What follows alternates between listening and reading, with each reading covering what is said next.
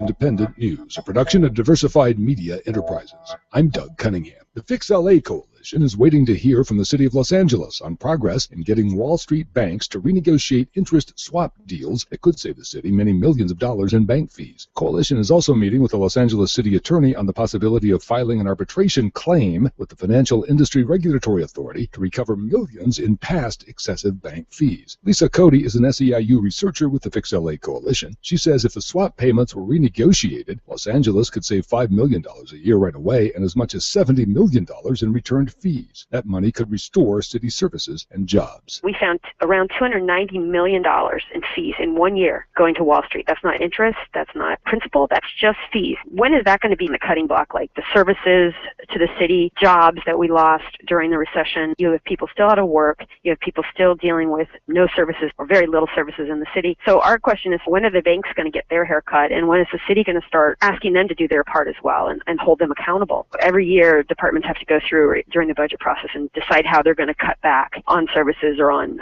personnel. We're spending so much on fees that we can't even provide the services that this debt is supposed to pay for. UAW's Gary Castile says that a majority of VW workers in Chattanooga have joined UAW Local 42. The UAW narrowly lost an NLRB election at the plant in February after anti-union politicians like Senator Bob Corker and Governor Bill Haslam publicly made anti-union comments. The Wall Street Journal reports that the UAW, with support from the German union IG Metall, will also set up a UAW local at the Mercedes plant in Alabama. A tentative deal allowing one-person train crews on BNSF freight trains has rank-and-file rail workers upset. Workers are voting on the deal, with ballots expected to be returned in September. BNSF is owned by Warren Buffett. John Paul Wright co-chairs Railroad Workers United. He says members had no clue this agreement was coming. Rank-and-file opposition is mobilizing against the one-person freight trains, saying that they're unsafe. Wright even wrote a song about it. Well, if I was a Warren Buffett and that railroad train was mine, I think I'd count my money, let those unions whine. They're far from uniting in solidarity.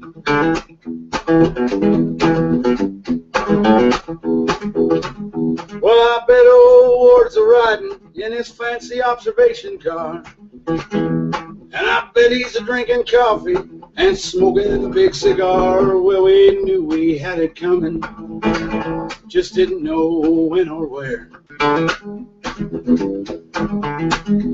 But if they sign that agreement, gonna be one-man trains everywhere. You've been listening to WIN, Workers Independent News. For more information, visit laborradio.org. It's time for the Rick Smith Show. I want you to get up now. I want all of you to get up out of your chairs. I want you to get up right now and go to the window, open it, and stick your head out and yell, "I'm as mad as hell, and I'm not going to take this anymore!" I don't want to abolish government.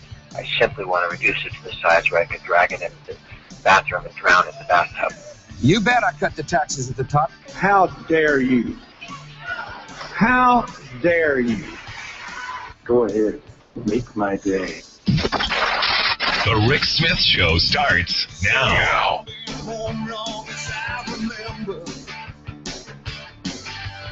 This town gonna be here long after I'm gone. East side, west side, people don't surrender. They bring down, but they still rock on. Oh, and this time is my time. All right, love or hate, it don't matter. I'm gonna stand and fight. This time is my time. She got her ups and downs, but love or hate, it don't matter.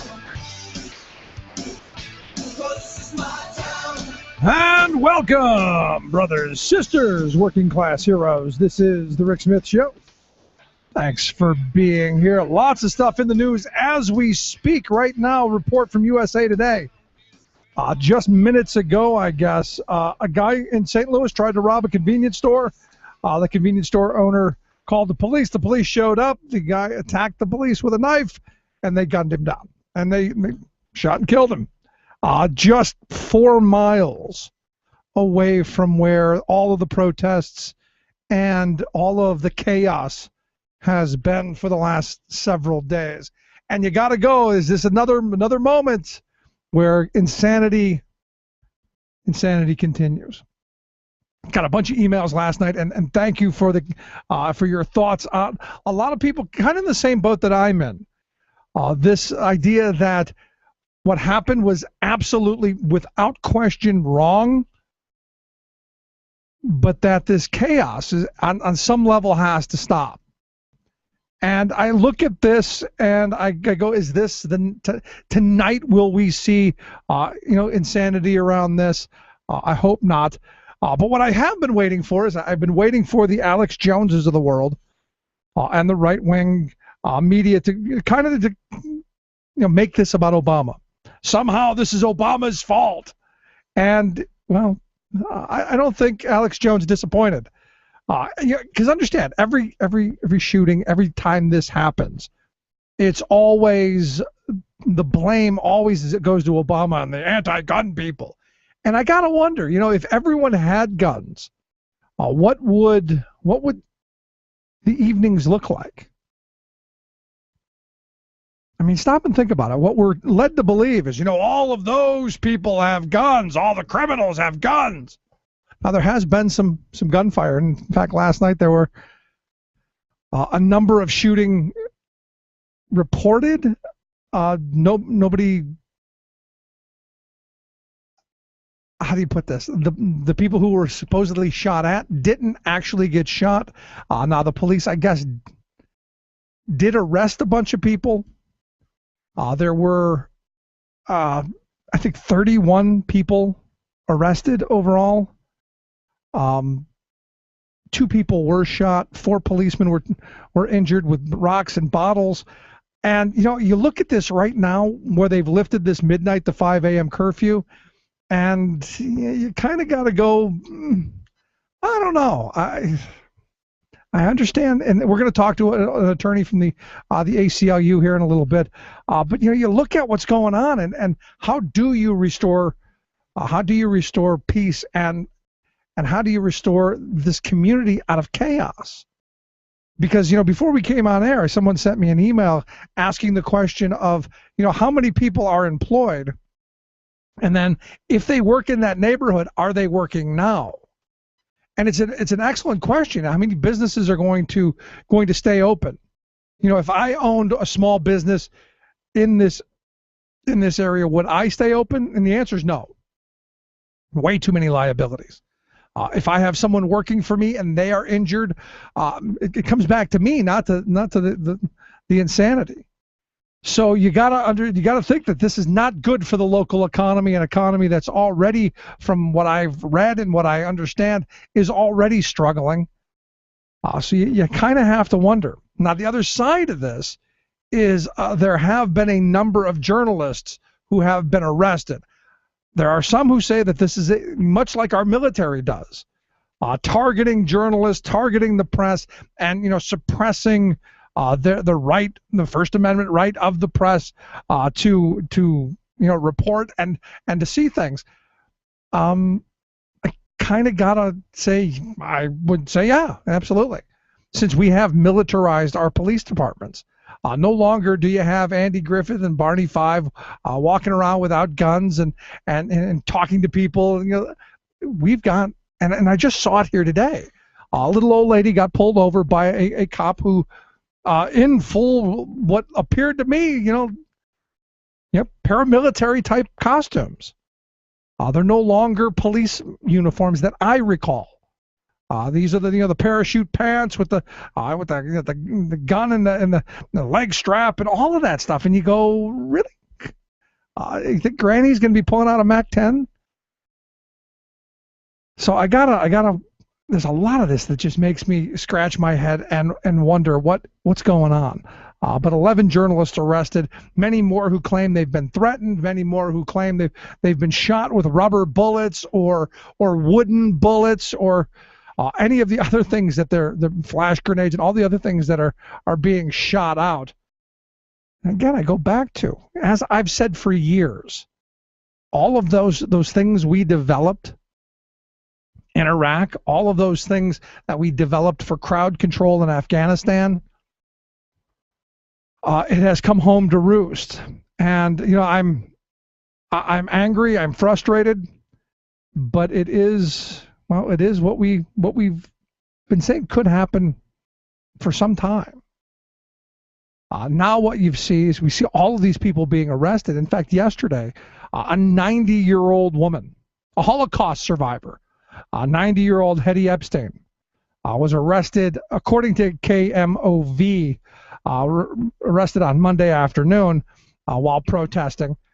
She's an interesting little side story. She evidently, according to reports, aided Allied forces in the Nuremberg trials. She was arrested along with 8 other people for failure to disperse. What happened to that constitutional right to petition your government and peaceable assembly and all of that? Ms. Epstein told The Nation magazine during her arrest that I've been doing this since I was a teenager, and I didn't think I would have to do it when I was 90. She said, we need to stand up today so that people won't have to do this when they're 90. And it goes back to, the more things change, the more they seem to actually stay the same.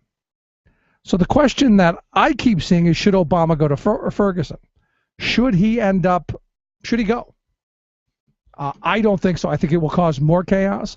And as I was kind of preparing for today and thinking about, okay, how does all of this chaos, where do you go with this?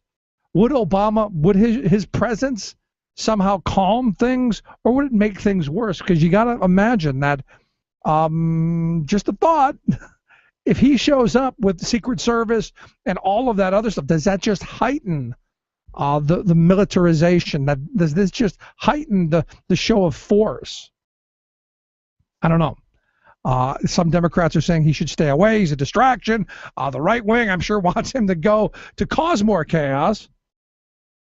And you got to wonder, will Holder's getting involved in this? Will Valerie Jarrett's get into this? Will this change things?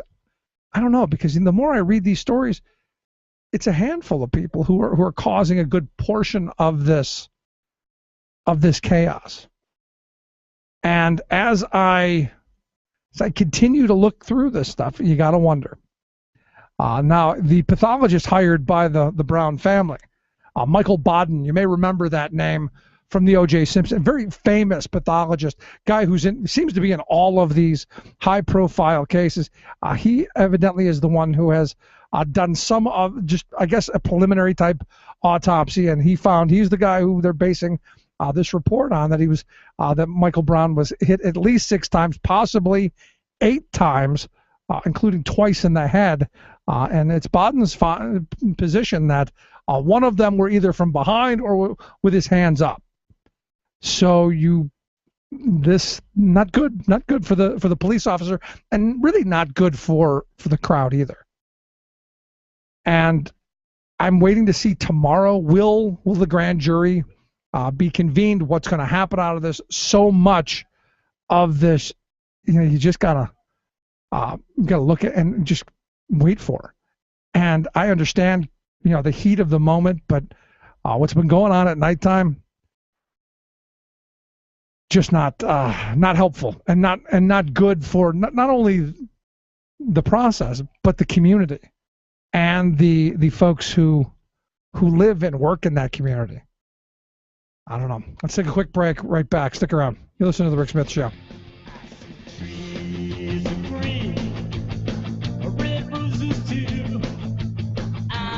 Them blue for me and you, and I say to myself, oh, wonderful world.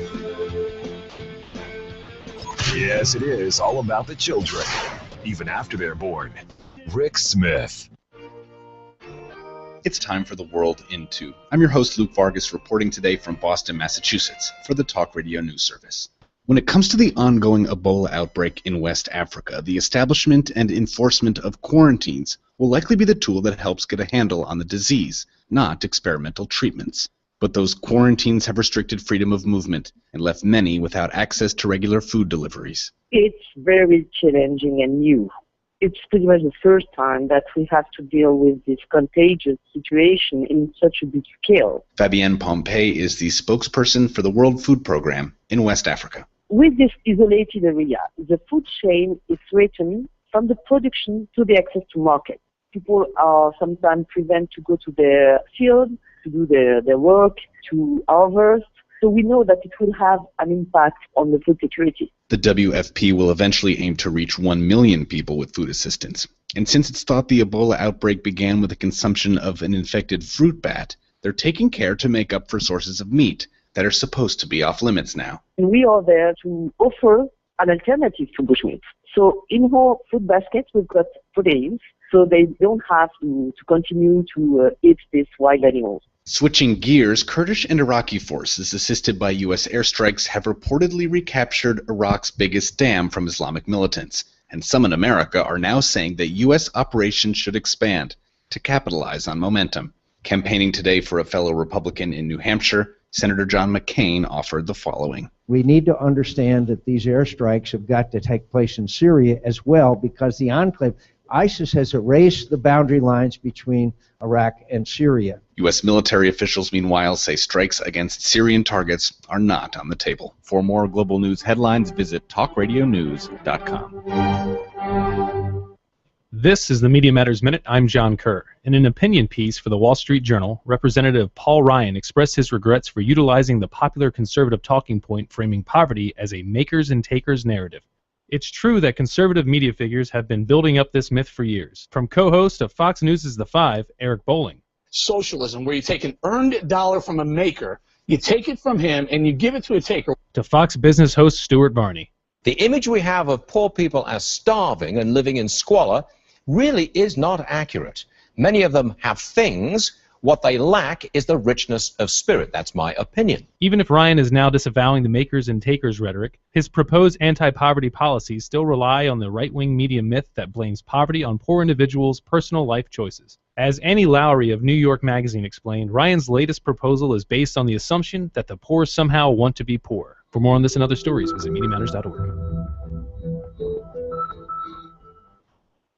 Chances are, when you took a shower this morning, an AFSCME member made sure that water was clean. When you drove to work, an AFSCME member maintained the road. When you rode an elevator, an AFSCME member inspected it. I'm David Philman, Executive Director of AFSCME Council 13, the American Federation of State, County, and Municipal Employees. AFSCME members enforce regulations, keep prisoners behind bars, take care of patients, protect the environment, and more. The work isn't glamorous. The salaries aren't high, but AFSCME members serve the public in every aspect of our daily lives. Chances are, you'll never see that AFSCME member working in a sewage plant, diving underwater to repair a bridge, or answering a 911 call. But aren't you glad they do? For more information, visit AFSCME13.org. We are AFSCME.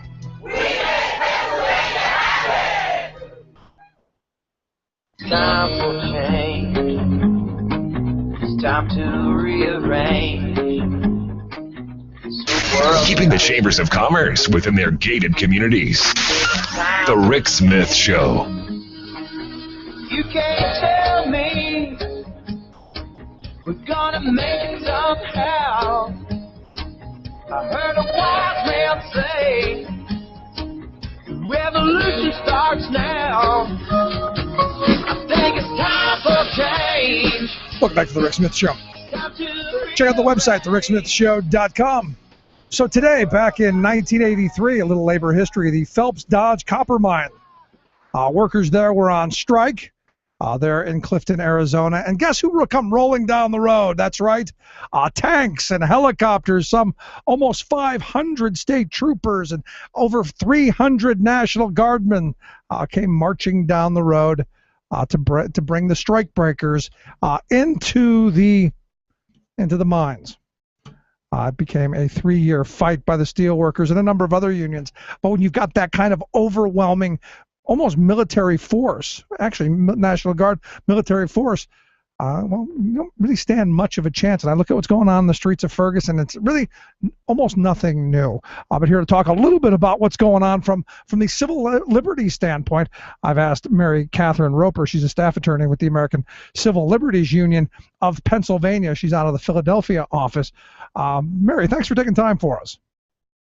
Oh, glad to be on the show. Thanks, Rick. So you see this, you see this mass mobilization of what they don't look like cops to me. This looks like Iraq, or this looks like Fallujah to me, more than it looks like Ferguson. Right. And I mean, the problem is that we have increasingly over the last few years been turning our local municipal police forces, you know, the protect and serve folks of our local police forces, into military units. We've been arming them like military units, we dress them like military units, and we're training them like military units, and unfortunately having them turn all of that military force, and you don't have to say it's like the military, it is the military. These are military weapons, sometimes surplus, sometimes new, from the Department of Defense, quite literally. But Mary Catherine, we now live in a post 9/11 world. We need this. Well, I mean, isn't that what we're told? This is the kind of stuff that you think we need to protect against terrorism, but that's not what it's being used for. This kind of equipment is being used, as you can see, to break up a crowd. It's being used to counter perfectly peaceful protesters all over the place, not just in Ferguson. And sometimes not so peaceful protesters, but it's also being used just to do the routine, say, serving of a search warrant. You got a search warrant for somebody, even a very low-level person. You have no reason to think that you're going into, a highly armed place. It's a hot zone. It's a hot zone. We need these no-knock warrants where we kick Granny's door in and shoot her because she picked up the remote. Well, or her child. Unfortunately, is what happens, and it does happen. I mean, if people, the police go into somebody's home, and I'm just not going to dance around it here. They don't go into just anybody's home. What our study, the ACLU did a nationwide study of these kinds of practices that just was published coincidentally in June, and what we found was in the vast majority of situations, these kinds of SWAT teams, battering rams, assault rifles, and so on, they're not being used in the hostage situation, right? They're not being used in the active shooter situation. They are being used to break down the door of some family with its sleeping children at 1 a.m. to look for drugs as a result of, I don't know, a $50 drug sale. And this is not an appropriate way to enforce the laws. You do this kind of thing to prevent people getting killed for in a terrorist attack. It has no role in normal neighborhood residential law enforcement action. Yeah, it seems very. It seems like overkill, and as I said the other day, it's kind of like we've taken policing to the shock and awe stage. Oh, absolutely.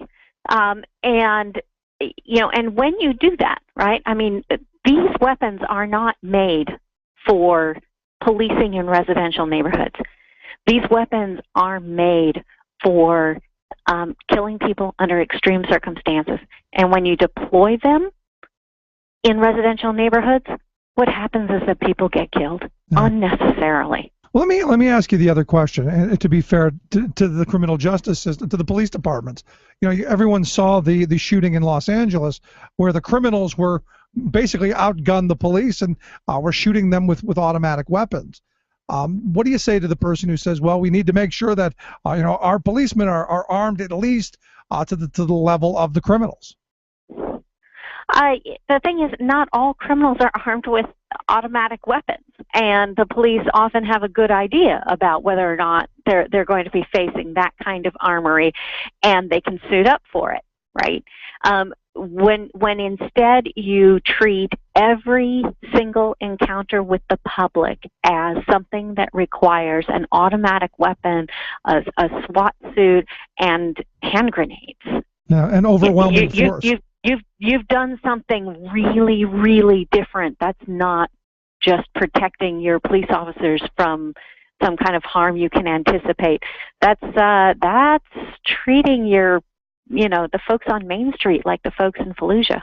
But, let me ask you this, because, I grew up in a housing project on the west side of Cleveland, and in a very high poverty, I grew up in a black neighborhood. And the cops weren't honestly much different then. They came in with overwhelming force.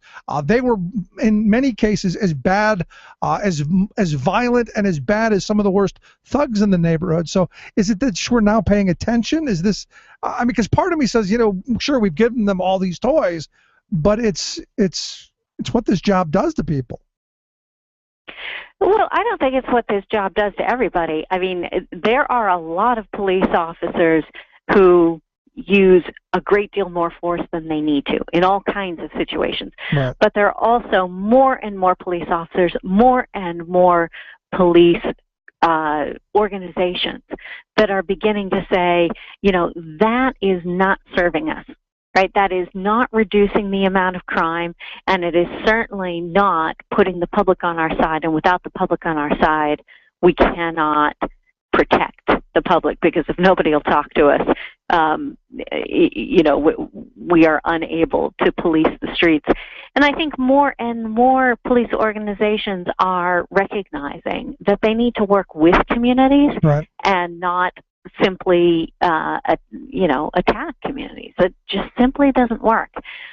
So I will agree with you that in a lot of places we don't see anything different, right, than we would have seen years and years ago. But in some places people are and the police forces are starting to realize that these are not the tactics that work. Yeah, because we see people who are appalled by this, by this kind of it's overkill in my view. This massive use of force, and a lot of people are kind of shocked by it. But it's really not new. It's just that the toys that they're using are new, and then the question becomes: should our tax dollars be giving them those toys? And how much of this came out of our whole? We need the Department of Homeland Security, and we need to do all of these things because we got to stay safe, Mary Catherine. Well, I think, it isn't that there's something wrong with the particular pieces of equipment. The question is, when and where are they appropriate to use? And they are not appropriate to use in routine law enforcement situations. They are not appropriate to use against a crowd of demonstrators that might be throwing rocks, right? What the problem is that police officers need more and better training about alternatives, because otherwise, they're scared reasonably. They're scared quite often, and they're going to reach for the most protective thing they can think of, which is probably the largest gun they can find. Right. And if we give them better alternatives and better tools, they'll be able to use them. Because I look at all of this chaos that's going on, and all of the nightly rioting and all that stuff that's going on is really taking, in my opinion, taking away from why they're even there, which was this kid got gunned down, and it's nothing. It happens often in this country. Well, and quite often then it gets forgotten. Right? And I think that the people of Ferguson are saying, we're not going to forget. We're not going home. We're not going to spend the night in our beds until we have a response to this tragedy, and it's not being swept under the rug. And you got to have a lot of sympathy with that. And then there are the people who use this as an excuse for looting. Of course there are. And there are, folks who think that the best way to get the attention of the authorities is to break the law and threaten them. And I don't have sympathy with either of those views.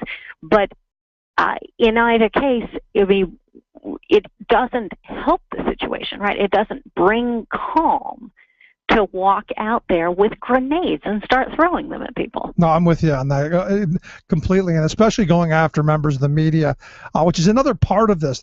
You look at some of the reports that came out of places like Iraq and Afghanistan, where there have been reports of our military kind of targeting the media, and that mindset seems to me to be coming, back here at home. Because I've been to some of these protests where where cops aren't so friendly.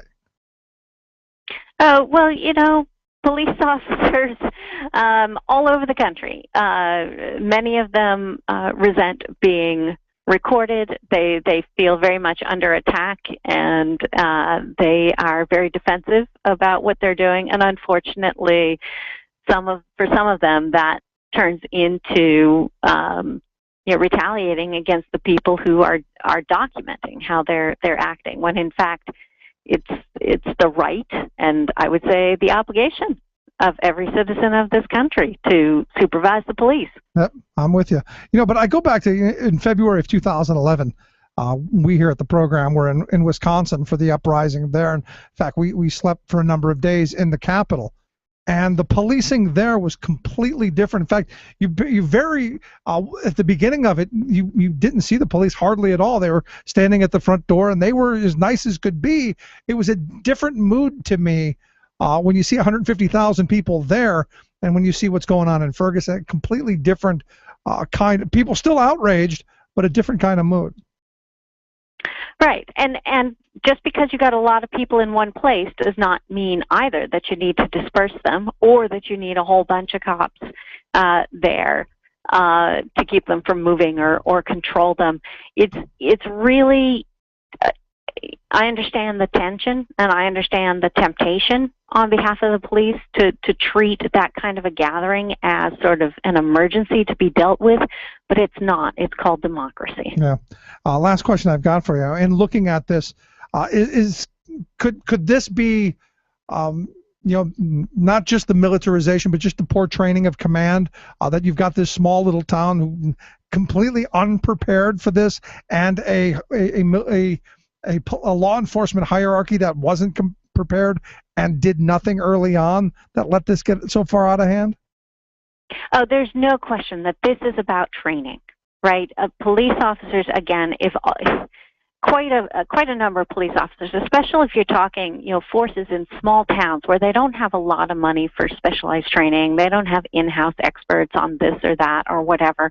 They aren't necessarily prepared for circumstances you don't see every day. They're prepared and taught to point their weapons at people and force compliance. And when you're dealing with a demonstration situation, that's just not the right answer, right?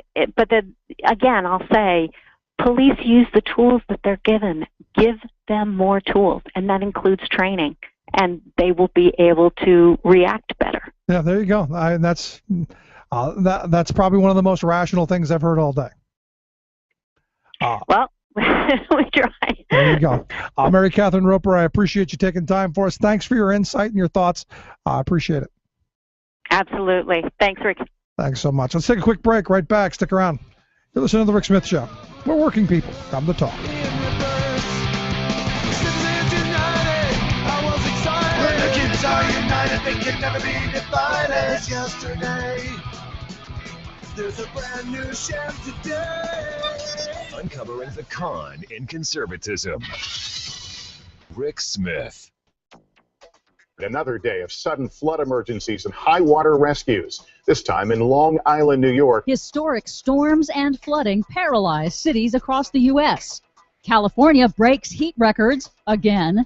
China breaks solar investment records. Plus, there's some nutcases in our country that don't believe in global warming. President Jimmy Carter criticizes climate-denying Republicans. All of those nutcases and more straight ahead. From BradBlog.com, I'm Brad Friedman. And I'm Desi Doyen. Stand by for 6 minutes of independent green news, politics, analysis, and snarky comment. This episode uses strong, potentially offensive language to refer to climate deniers, but it's probably still not strong or offensive enough. Ooh, Jay of the Best of the Left podcast getting into our snarky comment game. Well snarked, Jay. This is your Green News Report.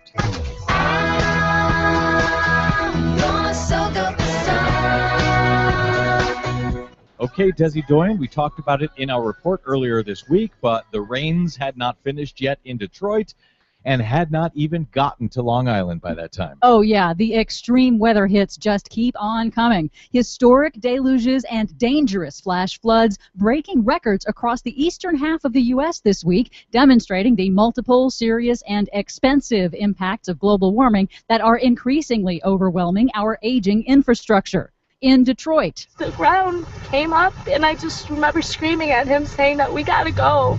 It's not safe. a record deluge caused historic flooding in the Motor City on Monday that turned highways into rivers, killing 2 people, and also backed up the city's sewage system into the streets. Days later, divers are still searching for victims in completely submerged cars.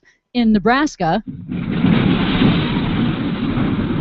a hospital security camera caught the power and speed of a massive flash flood that burst through the doors of the hospital with the speed and force of a tsunami. Several cities from Arizona to Massachusetts saw record flooding, but none so much as the Long Island town of Islip in New York State, which recorded 13 inches of rain in just 3 hours, unprecedented in state history. When was the last time you've seen it this bad? I actually worked during Hurricane Sandy, and it's been that kind of day.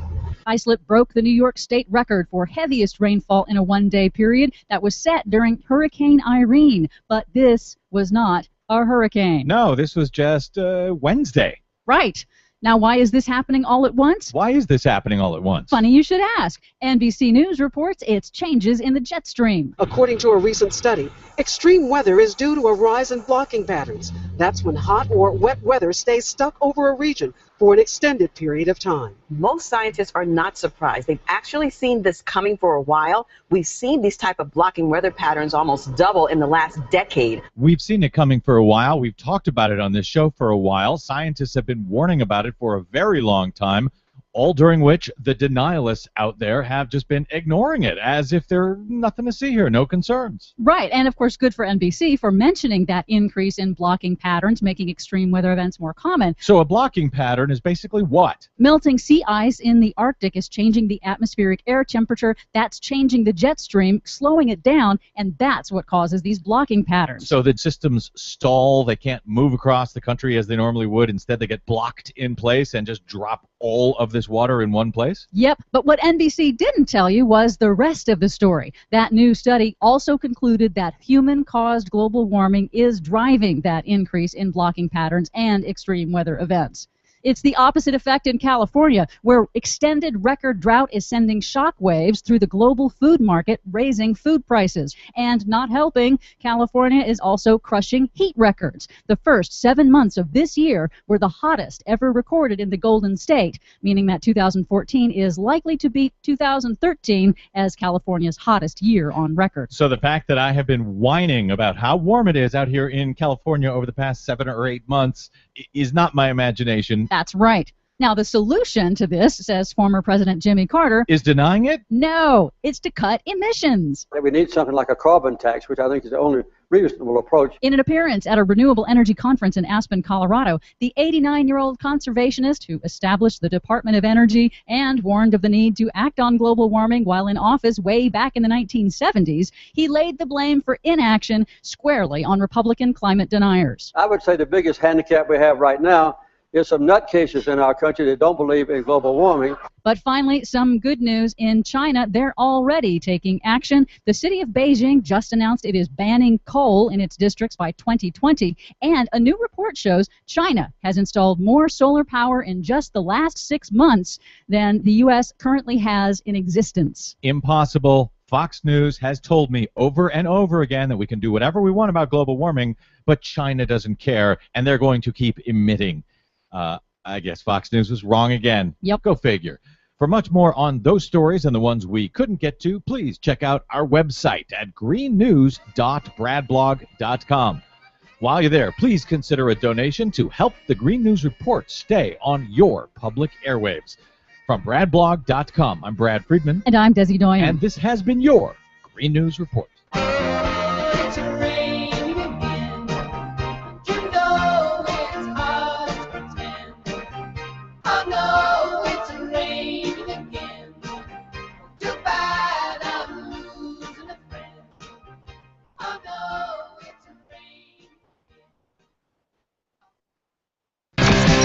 Sanity. Rick Smith Show.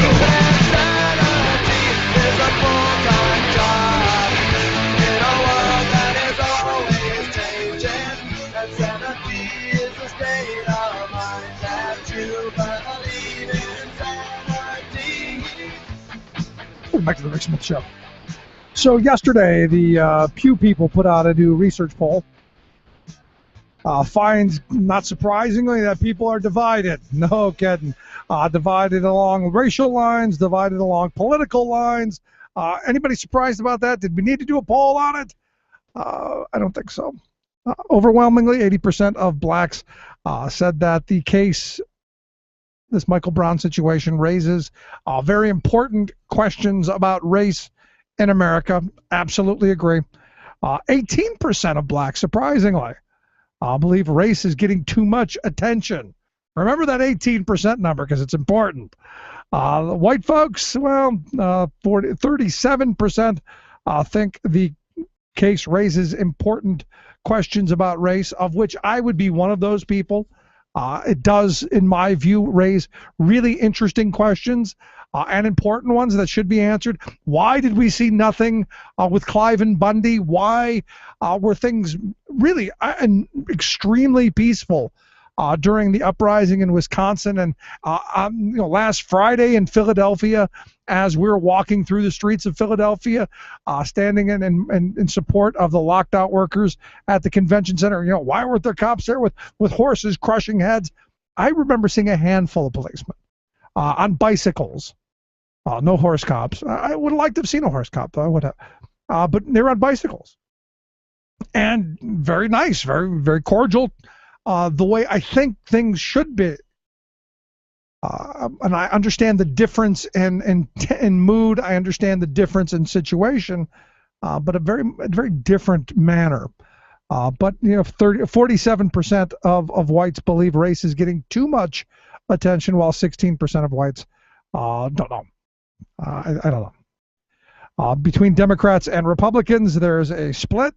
68% of Democrats say that the shooting raises important race questions. Only 22% of Republicans, not surprising.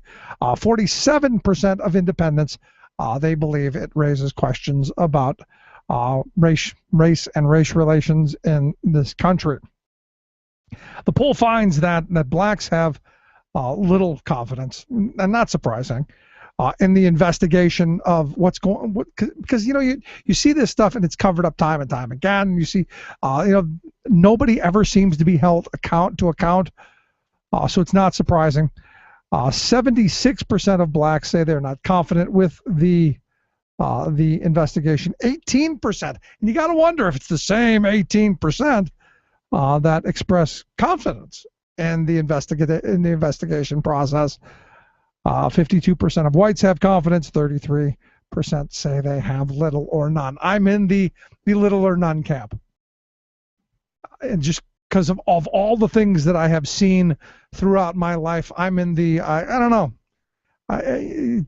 There's a mindset, and I think Mary Catherine Roper is right.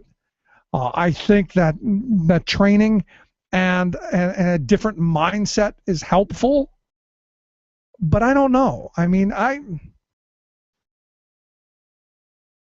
think society has changed enormously since I was a kid. When I was a kid, I was scared to death of cops. And I still, when stopped by a policeman or confronted, extremely, extremely nice. Whatever I can do, whatever you want, whatever it is you want, you're the guy. The only time I ever mouthed off, I was really, really drunk, and that's because the woman hit me in the head with a flashlight. That came with the beating of a beating by 9 cops. But every other time around, other than that, I've been very cordial. I do everything I can do to allay their fears. Just recently I was pulled over. My son and I went to Cleveland. Got pulled over. I was going a little too fast, as was everybody else. But it was my lucky day. So congratulations. I got the gift. So I pulled over. I had my hands up on the steering wheel, eyes forward. I rolled the window down, made no sudden movements, told my son to keep his hands on his head because, look, I've been in these situations before, and it's something that I think most in the white community never really have these experiences. I do. And I try to do everything I can do because, look, I know that this guy could make my life miserable. One smart word, go take a flying leap in a rolling donut, one jelly donut comment, I got trouble. And I understand that. I think a lot of people do. Now, this situation, again, I don't know all the facts, but I kind of have an idea because I've been a part of people doing dumb things. And I'm gonna go out on a limb and say that, the one kid that was walking with Michael Brown said that when the cop backed up, he opened the door and it bounced off their legs and didn't open. I don't buy that. What I buy is the cop went to open the door and they slammed the door on him, which sent the cop into a rage and thought he was being assaulted. That's just my take on what I've heard, because I've seen these things happen before. When you have a situation where you've got these kids who have no respect for cops, and you got to question, do they deserve it? Is the other part of this. You have this kind of situation. And like I said, for me, whatever you want, because I know that nothing good comes out of confrontation with cops. I know it's going to end up with either ending up in court and court fees and battles and lawyers and all of that stuff, or worse. But I see all of these situations, and not just what's going on in Ferguson, but all over the place where people are basically poking at the cop going, yeah, you do something. And that's what I see going on here. Granted, the guy who's the police chief is an idiot. Whoever's running this thing, not too bright. I would I would block off the areas outside and go ahead, figure it out. Have your protest, do whatever you got to do. Now, I know, and I said this yesterday, and someone sent me an email saying, well, what about the people who don't want to be beat up by the thugs and need police protection? This is a no-win situation for these cops. They've been trained, as Mary Catherine Roper pointed out, they've been trained to think that everything is a military operation. They've been trained to think that, when they're deployed with their riot gear, because, man, think about this. When you played football, if anyone did, once you put that helmet on, once you put those shoulder pads and all that stuff on, you're ready to bear. You're ready for war. You're ready to go smack somebody around. It's a mindset. When you were playing tag, two-hand touch or whatever with no padding on, things were a lot different. Maybe you got a little physical, but you didn't go leading with the helmet. You didn't do the same things you do with the uniform on. And I think cops have that same mentality. Once you put that riot gear on, once you put that military-style outfit on, you start thinking you're John Rambo. And that, to me, again, the wrong direction. Quick break, right back. Stick around. I get up at 7, yeah, and I'll go to work at 9. I got no time for living, yes, I'm working all the time. It seems to me I could live my life a lot better than I think I am. I guess that's why they call me the working man. Making the blue blood see red. The Rick Smith Show. Would you dive 14 feet deep in the Susquehanna to keep a bridge safe? Would you spend night after night with prisoners to keep your community safe? Would you spend Christmas Eve plowing snow to keep roads safe? AFSCME members do. Men and women who choose to serve in public service. Mine inspectors, 911 dispatchers, healthcare workers, parole agents. You may not think about them, but no, they're all thinking about you. This message brought to you by AFSCME Council 13. Would you dive 14 feet deep in this? Ready or not, here we go again. Our military has been hurled back into the chaos of Iraq. Apparently, mission accomplished is mission never ending. We're told that, for now, America will only provide jet fighters, drones, weaponry, humanitarian airdrops, military advice, training, and, of course, our money, to the cause of making this unworkable country work. At least, President Obama has sensibly pledged that there will be no American boots on the ground. However, don't count on sensible surviving the chaos. The Shia-Sunni Kurdish divide still rages there, now exacerbated by the theocratic Islamic State's sudden sadistic invasion. Plus, Iraq's prime minister, a corrupt autocrat who our foreign policy geniuses installed during the disastrous Bush-Cheney reign of errors, is so detested by practically everyone that the parliament dumped him. However, he added slapstick to Iraq's chaos by desperately trying to cling to power, finally having to be almost physically hauled away. But the least sensible factor affecting Iraq is our own warmongering members of Congress demanding that we must go to war. For example, GOP Senator Lindsey Graham is filled with bloodlust over the ferocious rise of the Islamic State in Iraq, so he says we have no choice but to return there to destroy the fanatics. Of course, by we, red-faced congressional warriors like Lindsey don't mean them, their loved ones, or anyone else they actually know.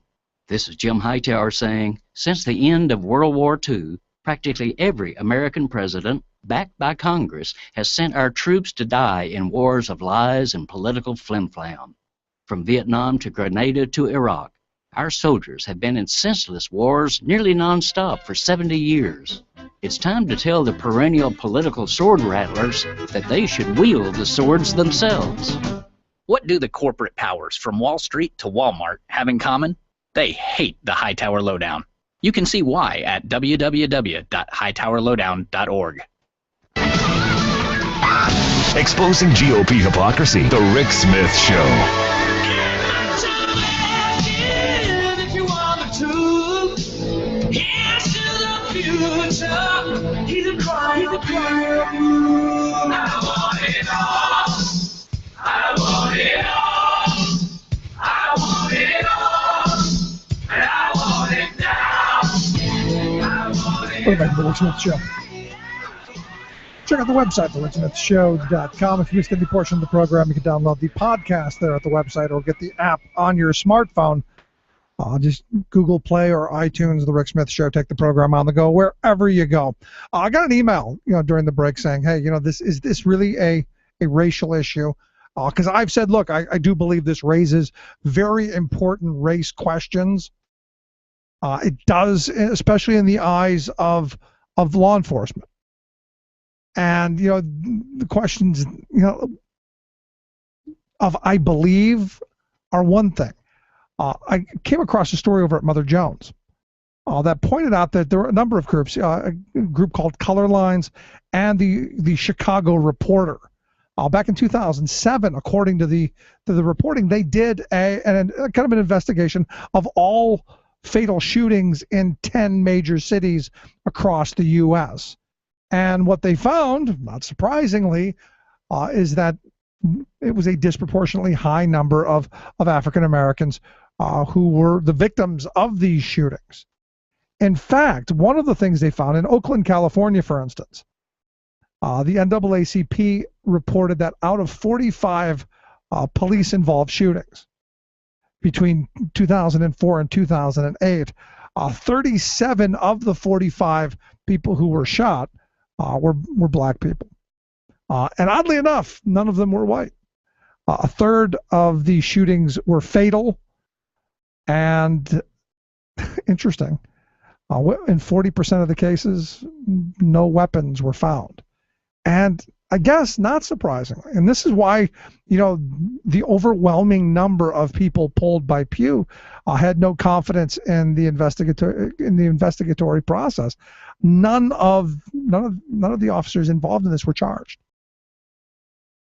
And you go back to a couple of years back when, if you remember all the rioting and all of the stuff that went on around the BART system. In fact, we had talked to a couple of people. In fact, I think Joshua Holland was on the program, running down the street being gassed while he was on the program. There was a guy, I think his name was Oscar Grant, who was shot and killed by a transit officer. And you think about that and you go, it's a question. Now, is it something that's blown well out of proportion? I don't know.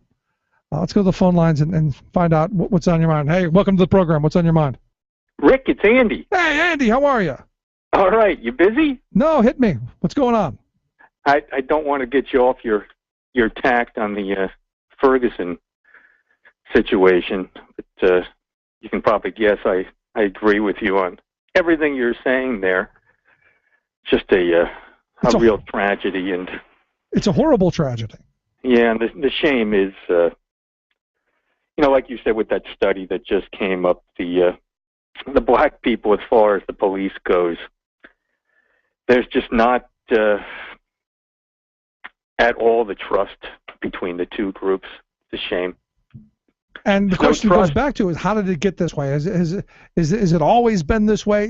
Can training, as Mary Catherine Roper, the woman from the ACLU, said, is that the answer moving forward, or is this just a situation that's never going to right itself? I don't know. Well, there's a long history going back, which will be tough to turn around, but wouldn't hurt. But what's interesting to me, Andy, is I had the opportunity last week. We were in Philly for the Teamsters National Black Caucus Convention, and I had the opportunity to talk to a number of policemen who were black who said, look, when I was doing this, I caught myself being no better than the white a-holes. They were one of them. So from the law enforcement side, it doesn't seem like race on the law enforcement side matters as much as it does on the criminal side. And you have to wonder, is this about power? Is this about resources? And is it poverty? Mm-hmm. That's my question. Yeah, well, poverty and total wealth disparity does cause a lot of problems. I mean, no questions about that. You clean up economic problems, you can clean up a lot of problems other places. Yep. And to me, in this place of Ferguson, jobs, from what I understand, this is a changing area. Everyone's making a lot to do out of there being 50 out of 53 white policemen in this department. But up until a couple of years ago, it was a predominantly white neighborhood. This is the result of the Bush economic collapse causing mass foreclosures and a renter class coming in and changing the demographics very quickly of the neighborhood. So you're talking about 50% unemployment rate. Yeah, I mean and you look at all of those defense contractors around there. There are jobs to be had. Yeah, it's a little third world community. Yeah, unfortunately.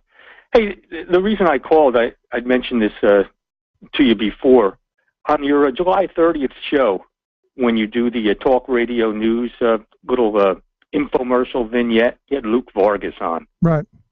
And he did a piece where he interviewed a professor named Brett House from McGill University. Right.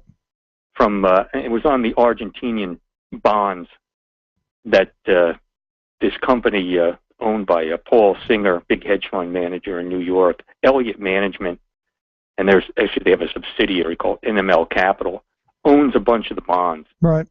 And this professor made it seem like it was the fault of Argentina that this whole kind of travesty and other financial shenanigans is going on, and said that Argentina really should just fork over the money and pay off these 8% of bondholders that didn't go in, take the haircut in 2002. Like 92% of them did, but 8% didn't. And it's not like Elliott Management was one of the original bondholders, which this professor, Brett House, did not explain. Elliott Management came in after the fact, after the bonds had already defaulted, and bought them at pennies on the dollar. I don't know what they bought them at, but usually when it's distressed, you buy it maybe between 10 cents to 20 cents on the dollar for the bonds. So these guys are going to make big money if they get paid the full 100% value of the bonds, and you get 100% on the dollar, you make par. It's not like these guys, these are vulture capitalists. They bought cheap. They're making money on doing this, and they have this bought and paid for judge in New York called Judge Thomas Poole Garissa. The guy's like 83 years old. I wonder if he even knows what he's doing at that age. I don't know, but I'll tell you, Andy. I'll ask Luke, and we'll figure it out. Right. I got to take a I break here. disagree with this guy from McGill University putting the blame on Argentina. That's baloney. I'm with you. Thanks so much, Andy. Thanks. All right, take care, Rick. Bye. Quick break, right back.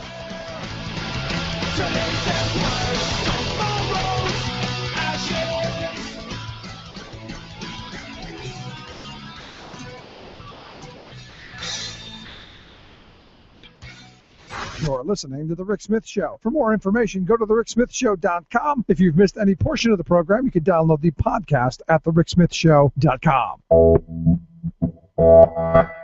You're listening to WIN, Workers Independent News, a production of Diversified Media Enterprises. I'm Doug Cunningham. The Fix LA Coalition is waiting to hear from the city of Los Angeles on progress in getting Wall Street banks to renegotiate interest swap deals that could save the city many millions of dollars in bank fees. The coalition is also meeting with the Los Angeles city attorney on the possibility of filing an arbitration claim with the Financial Industry Regulatory Authority to recover millions in past excessive bank fees. Lisa Cody is an SEIU researcher with the Fix LA Coalition. She says if the swap payments were renegotiated, Los Angeles could save $5 million a year right away and as much as $70 million in returned fees. That money could restore city services and jobs. We found around $290 million in fees in 1 year going to Wall Street. That's not interest, that's not principal, that's just fees. When is that going to be in the cutting block? Like the services to the city, jobs that we lost during the recession. You have people still out of work. You have people still dealing with no services or very little services in the city. So our question is, when are the banks going to get their haircut, and when is the city going to start asking them to do their part as well and hold them accountable? Every year, departments have to go through during the budget process and decide how they're going to cut back on services or on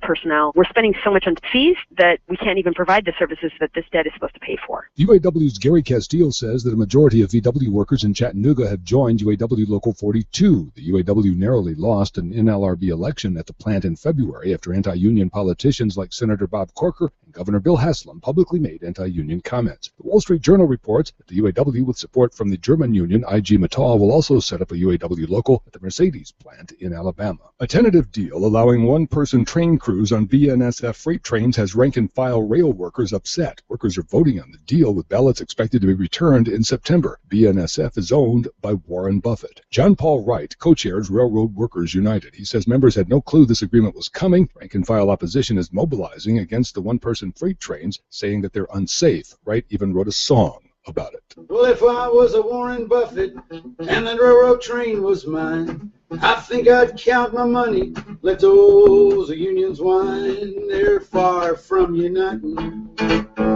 in solidarity.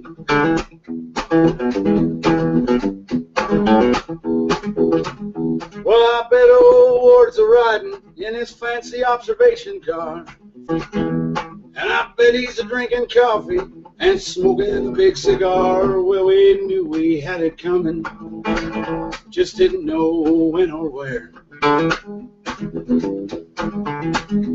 But if they sign that agreement, gonna be one-man trains everywhere. You've been listening to WIN, Workers Independent News. For more information, visit laborradio.org. Radio of, for, and by we the working people. The Rick Smith Show.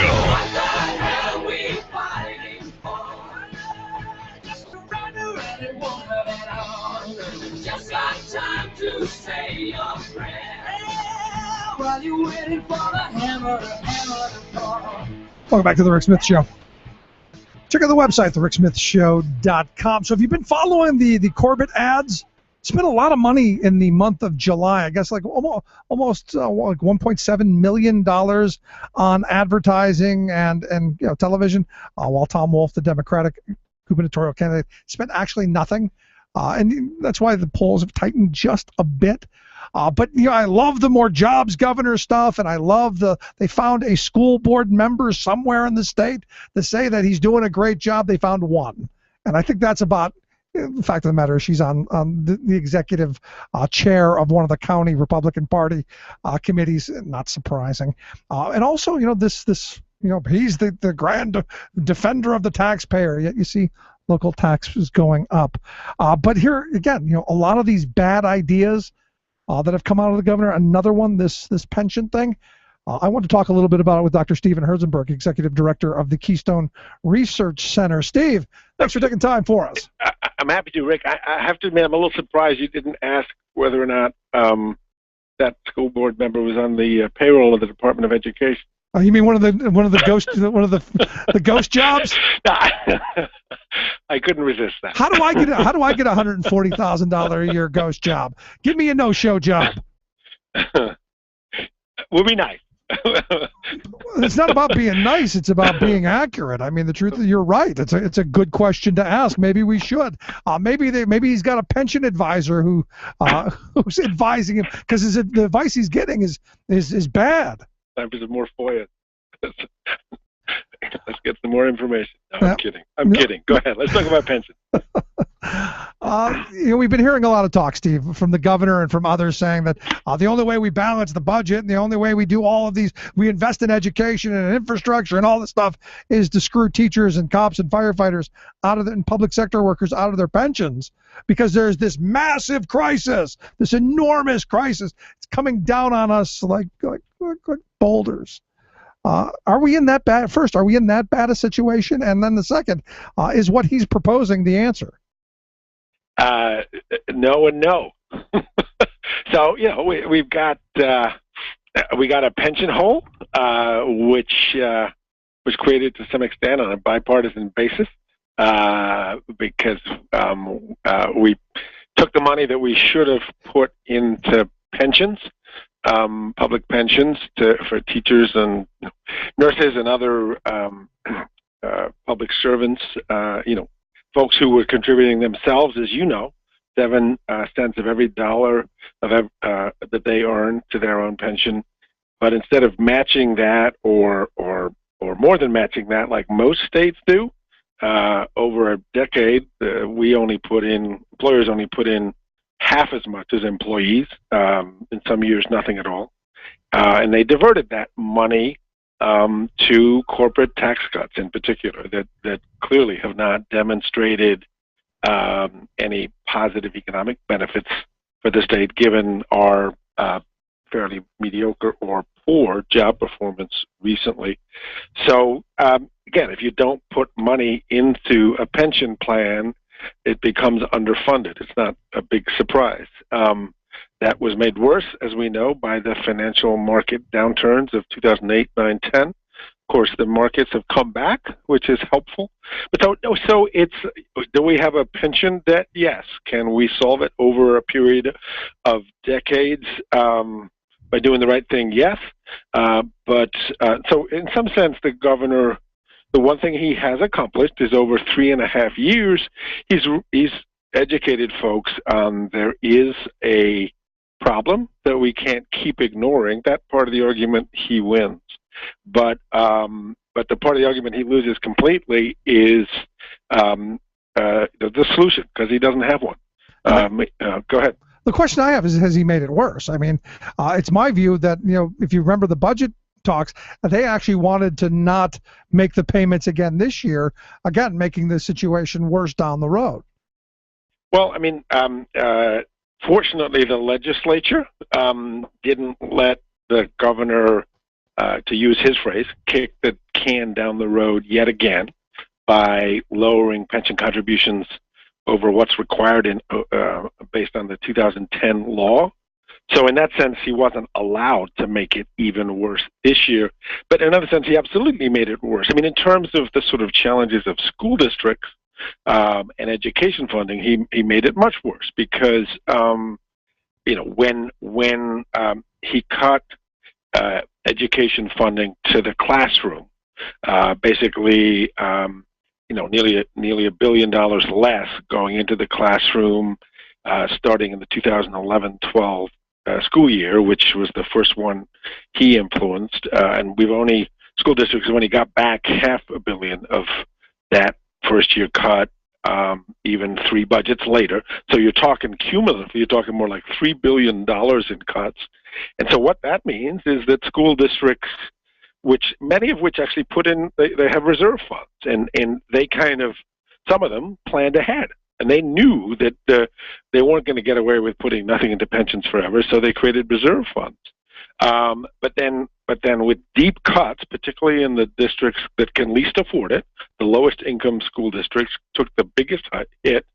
What's happened in a bunch of places is they've used up reserve funds, they've cut everything they can, they've increased their class sizes, they've eliminated music programs, arts programs, AP courses,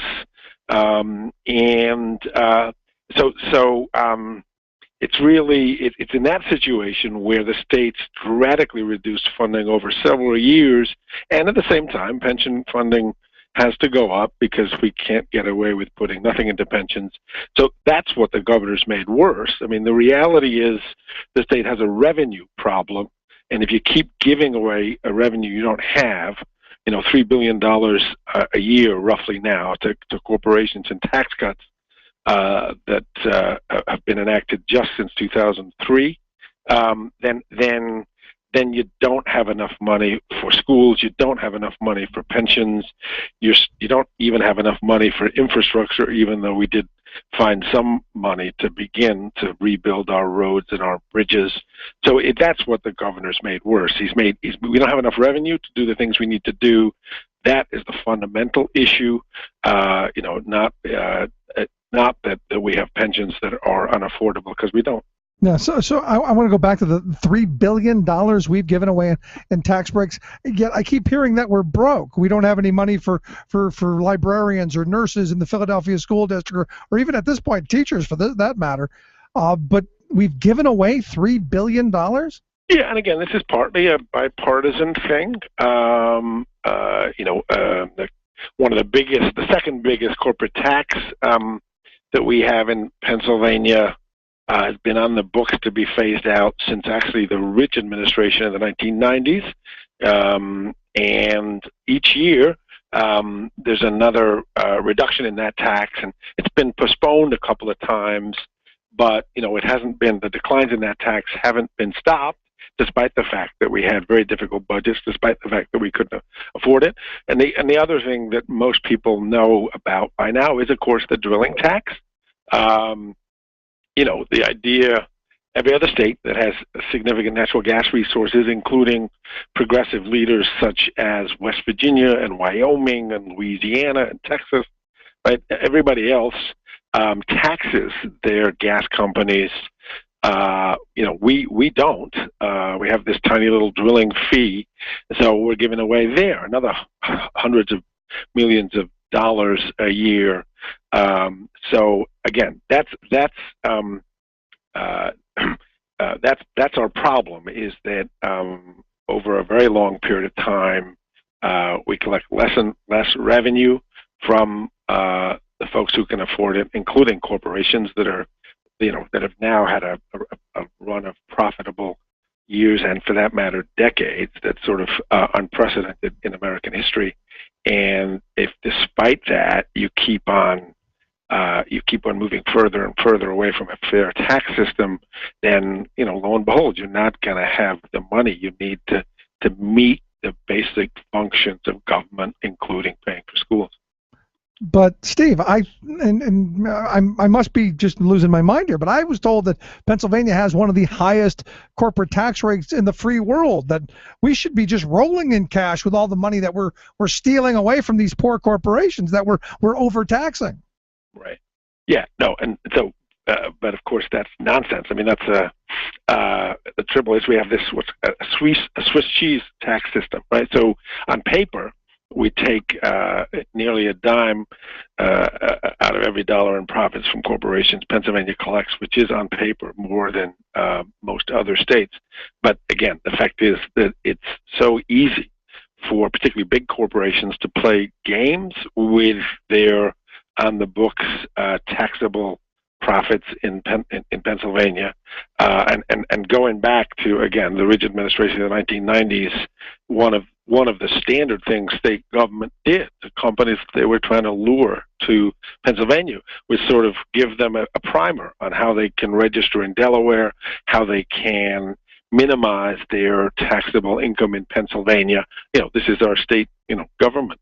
So we're using our tax dollars. Hold on, we're using our tax dollars to educate them on how to avoid paying us taxes. Right. You didn't just say that, did you? No. And so the sensible thing, and actually, frankly, I mean, again, Keystone Research Center, a bunch of states faced with the same basic problem. Sort of half of the states have sort of really got a handle on corporate tax loopholes and basically enacted a law that basically says we're going to take your taxable income in the U.S. and then based on how many employees or how much of your capital is in Pennsylvania, how much of your sales are in Pennsylvania. Sort of basic, simple formula. We're going to take the Pennsylvania share of your operations really times your U.S. profit, and that's what you pay taxes on. And so when you do it that way, the company can play all the games it wants in terms of moving profits from one state to another, from a state that has a high tax rate to a state that has no or a very low tax rate. But if you do it based on, well, what's your overall profitability in the U.S., then the games go away. But of course, we haven't done that. Right. We could have done that. We'd have 100 million more in revenue. We'd have a level playing field for our small businesses that don't locate in multiple states, can't play those games. And again, Keystone Research Center, and for that matter, a business labor tax project 12, 13 years ago, actually recommended not something quite as sensible as what I just outlined, but sort of a more meaningful step than has been taken to closing corporate tax loopholes, and that wasn't done. And then, lo and behold, Governor Rendell put in place a business tax commission, partly informed by the project we were part of, and that tax commission, which included a bunch of business folks, recommended what's called combined reporting, which is the sound way to fix the corporate loophole problem. No more playing games with your profits in Pennsylvania to avoid Pennsylvania taxes.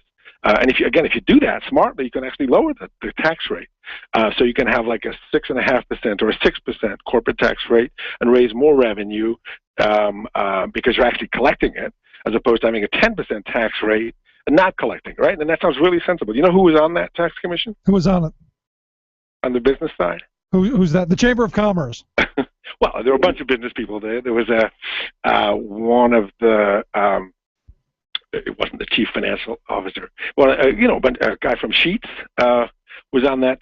One of the other people on that tax commission was a businessman from York. Tom Wolf. Tom Wolf. That would have been my next guess since you threw that out there. Yeah. So again. So with him as governor, do we move to this? Oh, I mean, absolutely. He'd be taking a look at that, and so it's just stunning to me that you've got. I mean, again, Governor Corbett, if he wanted to close corporate tax loopholes, he's got a Republican legislature.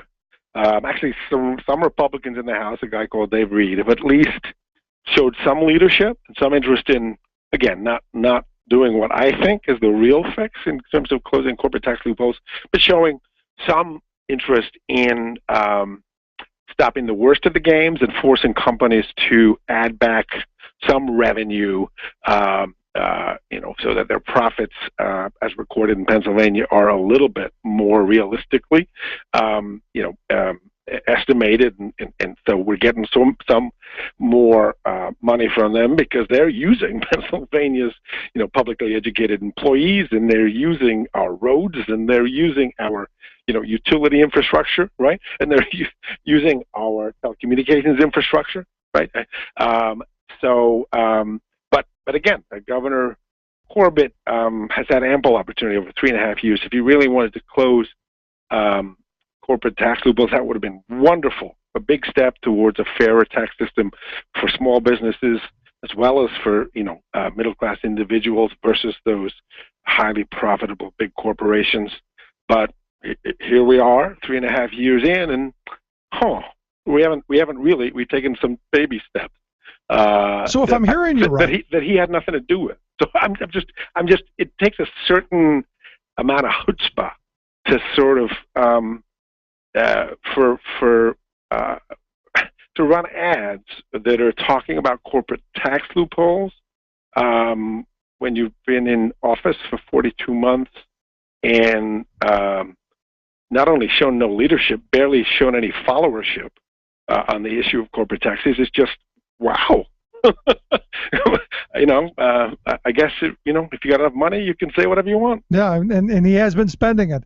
So if I'm hearing you right, then had we taken care of these situations, had we done something with the corporate tax rates and close the loopholes and bring in more, we wouldn't have to be talking about stealing pensions from public sector workers. That's exactly right. Yeah, if we collected if corporations in this state paid fair taxes. Then we'd have the revenue we need. It's not all about corporate taxes, right? I mean, it's not going to surprise you to hear that I think the top income tax rate in Pennsylvania is too low, at basically a little over 3%. But no, corporate taxes are a big part of the problem. Corporate taxes have been going down for sort of a quarter century now. Right. Even as corporations take more and more of income, because profits have been so healthy, even while middle-class wages have basically been flatlining.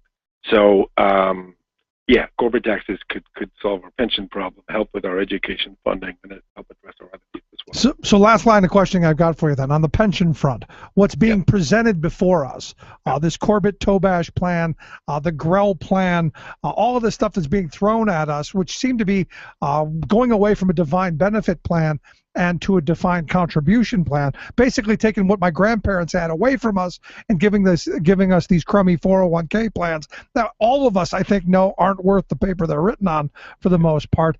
That seems to be the direction. Is this the way to go? No, it's not. It's not the way to go, and it's actually to his credit, Representative Grell, who was the author of the so-called cash balance plan, which is the I'm not going to try to explain the details of that, but he's been at least honest about the fact that when you by changing your basic plan design, right, by taking a defined benefit plan and getting rid of that guaranteed pension tied to years of service for future teachers and nurses and first responders, etc. You can't wipe your $50 billion pension debt off the books. And so again, that's why that is really a revenue issue, and why the most sensible part of Representative Grell's plan is actually doing some borrowing at low interest rates and then actually having those bonds paid back by general revenues. Basically, the state government needs to make up for a decade of not putting enough money into pensions, and so he's at least talking about revenues. And so, again, after 3.5 years of talking about the so-called pension crisis, Chicken Little, the sky is falling, it's really impressive that really there are really virtually no elements in either of the plans the governor supported that then can help us actually address the problem. So, that's going to be left for another plan, somebody else's plan. And I think the only good news here is, again, the plans that the governor has put forward, including what you mentioned, this Corbett-Tobash plan, which goes halfway to 401ks initially for new employees, and then gradually over time shrinks the traditional guaranteed pension to nothing. So it's kind of a slow death for retirement security for public employees. I think the good news is that since the so-called pension actuaries, the experts that advise the Pennsylvania pension systems and that advise the Pennsylvania legislature on what to do on pensions, every new proposal has to be analyzed carefully for its impact on the cost of pensions, but also the impact on retirement security. I think the good news is that those basic reports, which have shown that the Tobash plan, like the governor's plan, to switch immediately to 401ks completely, which died last year, the Tobax plan doesn't solve the debt problem. It manages to cut benefits a lot for employees, 40% or more for many employees, on top of the more than 20% cuts that were enacted for new employees in 2010. But despite those cuts, it manages not to save money, partly because it switches people over to these 401k type plans where, again, when people invest their own money, they don't get as high a return as the professional managers get with traditional pensions, and they also have to pay higher costs to Wall Street, to financial firms. So again, the plans put forward are bad enough, and again, the evidence that they're not a step forward that come from these credible pension actuaries is good enough that even a fair number of Republicans have been unwilling to rally behind their governor, because they don't solve the problem. If you cut benefits but don't shrink the pension debt, don't help this year's budget, don't help school districts this year, that's a combination of changes that actually means you're worse off. So, and people are recognizing that. So in a state, he's been going, as you know, from community to community, trying to sell people on his plan, and he hasn't made the sale, and so it looks like we won't get a bad pension plan, so we get to start afresh next year. There you go. Steve, always great talking with you. I appreciate you taking time for us and filling us in. I look forward to having you back again real soon. All right. Thanks, Rick. Thanks so much, Dr. Stephen Herzenberg, Executive Director of the Keystone Research Center. Quick break, right back. Stick around. You're listening to The Rick Smith Show.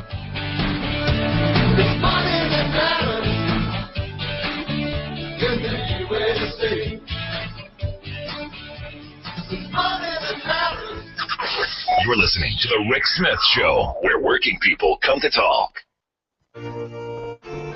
It's time for The World in 2. I'm your host, Luke Vargas, reporting today from Boston, Massachusetts, for the Talk Radio News Service. When it comes to the ongoing Ebola outbreak in West Africa, the establishment and enforcement of quarantines will likely be the tool that helps get a handle on the disease, not experimental treatments. But those quarantines have restricted freedom of movement and left many without access to regular food deliveries. It's very challenging and new. It's pretty much the first time that we have to deal with this contagious situation in such a big scale. Fabienne Pompey is the spokesperson for the World Food Program in West Africa. With this isolated area, the food chain is threatened from the production to the access to market. People are sometimes prevented to go to their field, to do their work, to harvest. So we know that it will have an impact on the food security. The WFP will eventually aim to reach 1 million people with food assistance. And since it's thought the Ebola outbreak began with the consumption of an infected fruit bat, they're taking care to make up for sources of meat that are supposed to be off limits now. And we are there to offer an alternative to bushmeat. So in our food basket, we've got proteins, so they don't have to continue to eat these wild animals. Switching gears, Kurdish and Iraqi forces, assisted by U.S. airstrikes, have reportedly recaptured Iraq's biggest dam from Islamic militants. And some in America are now saying that U.S. operations should expand to capitalize on momentum. Campaigning today for a fellow Republican in New Hampshire, Senator John McCain offered the following. We need to understand that these airstrikes have got to take place in Syria as well, because the enclave, ISIS has erased the boundary lines between Iraq and Syria. U.S. military officials, meanwhile, say strikes against Syrian targets are not on the table. For more global news headlines, visit talkradionews.com. Tales of American Political History with Clinton Porter Hackney. We've been talking about the story of immigration lawyer Leon Wiles, who landed himself a very interesting case in 1972. Wiles had been hired by a couple, one of whom had a conviction of drug possession in the home country, and U.S. authorities were required to deport any immigrants that had prior convictions. So Wiles knew he would have to be creative to win his case. And on top of being a difficult case, it was also complicated.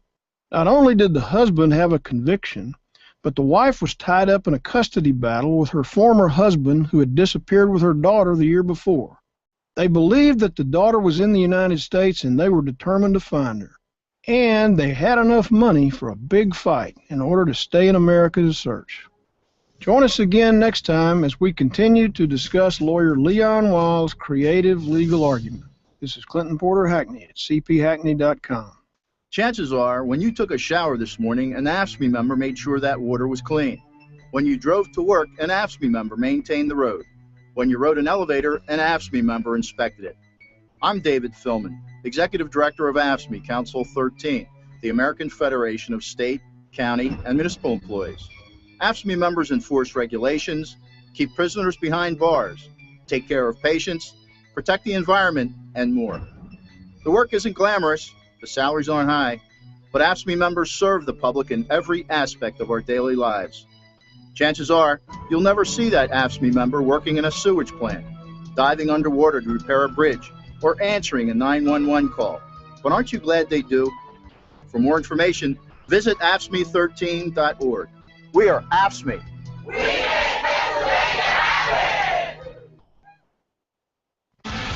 Where family values are more than slogans.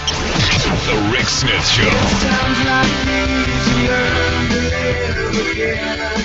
It's times like these you live again. It's times like these you learn to love again. It's times like these, time and time again. Welcome back to the Rick Smith Show. Check out the website, thericksmithshow.com. So, in thinking about what Dr. Herzenberg was saying, you look at the pension scheme that the governor is putting forth, and we've talked about it a number of times here on the program, this idea of divide and conquer. And that's really what that is. It's dividing along age lines, new employees against older employees, young against old. It's the old, it's another one of the old dividing lines. And this idea that what they're doing isn't going to save any money, and it's not going to make things better. It's about ideology. And if you look at what this governor has done, I mean, honestly and truthfully, I've yet to have anybody say, he did this right. He hasn't. He's done nothing right. I mean, I guess you could make the simplistic argument that he didn't raise statewide taxes, but he did raise taxes on everybody. When you look at property taxes, they've raised numerous fees.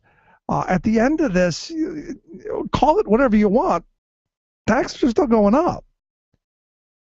And if anyone believes that, he didn't do it, you need to get some heads examined. And we were in Philadelphia last week, and I had a number of opportunities to talk to people in and around the area who their school district is in a shambles. And it all comes down to you've had all of these privatization schemes, you've had all of this tinkering within the district, and chaos. And I would argue by design. And this latest bit of chaos, the governor knows. When they held their little press conference and they said, we're going to give you $265 million, knowing that was going to be the headline. And people go, what'd you give $265 million to the Philadelphia School District for? Because that's what they were going to get anyway. The fact that it was $81 million light, that didn't seem to make it until about the third paragraph. And as you know, most people don't read but the first, maybe into the second or third line of the second paragraph. But you look at what they're doing in the Philadelphia School District. They don't have the money to cover the $81 million gap. And this latest attempt is to try and squeeze more money out of the teachers. We need to go and we need to squeeze these teachers and get from them because they're greedy. So the school district, and again, you go, do they have a choice? You've got the governor who has underfunded education. You've got a legislature that ran out of town before you could even begin to talk about passing a cigarette tax locally, which they wanted to do locally. Again, it humors me to hear Republicans talk about how they believe in local control, yet we're not seeing that. But some of the cuts that have been proposed, for instance, if you're a high school student and you live within 2 miles, you got to walk to school. No more bus for them. If you now think about this for a second, in the city of Philadelphia, it's not like walking down a country road 2 miles. We're talking about city blocks. We're talking about going through who knows what kind of neighborhoods to be getting to your school. Another cut is reductions to funding for multiple pathways to graduation programs. They say it's going to affect about 300 students. So, different avenues to get you to graduation day. Done. Elimination of preparation and professional development time for teachers, because who needs training for teachers? Done with that.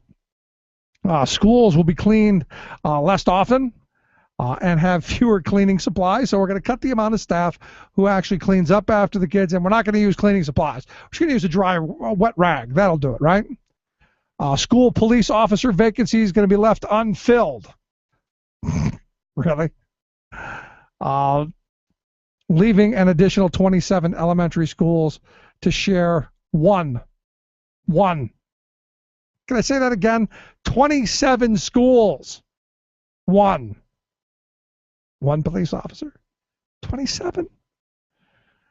Okay, additional cuts to the central office department positions, about 20 layoffs, and they're talking about more layoffs for teachers, upwards of another 1,000. You throw that on the more than 20,000 statewide, and you go, has this guy really figured this out? And the answer is I don't think they really care. You look at the money that they've given away, and as Dr. Herzenberg pointed out, $3 billion we've handed out in corporate sweeteners. $3 billion. You stop and you think about the money taken from education, about $3 billion.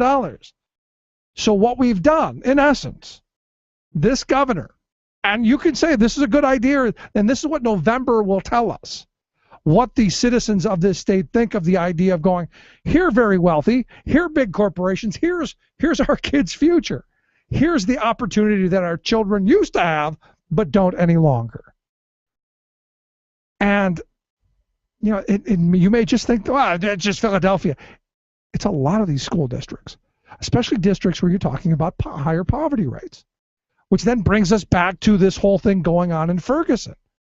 If you take opportunity away from people, if you take job training and a path to the middle class away from people, what do you end up with? And that's the frustrating part in all of this, is you look at all of this stuff that's going on. You've got a school district in Philadelphia that has virtually no nurses left. They have virtually no librarians, guidance counselors.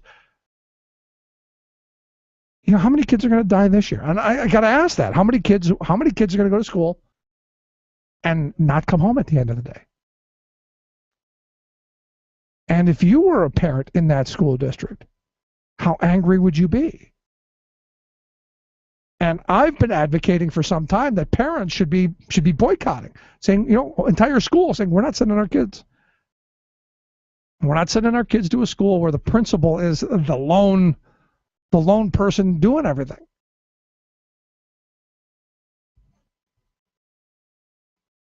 And I struggle with this because it shows me priorities. If you look at what this governor has done, and we could tick off a bunch of things, right when he came into office, kicked 42,000 people off of adult basic, right to the curb. Some 89,000 children off of CHIP. Those are priority decisions. These are the choices this guy has made. Then you go through all of the other stuff. The unconstitutional stuff, Act 13, the gerrymandering, the voter suppression. You look at the priorities. Look at where they spent their time. They spent years pursuing this voter suppression. They spent years doing it. They spent years going after the wine and spirit shops. They spent a year and a half, almost 2, and millions of dollars going after privatizing the management of our lottery. Nothing, no accomplishments. And understand, this is a governor who has steamroller power. This is a Republican Party that controls everything in our Commonwealth. Everything. And what's frustrating, especially on the voter suppression front, what's frustrating as can be to me is that, you know, we've talked in this program a number of times about people believing what they want to believe.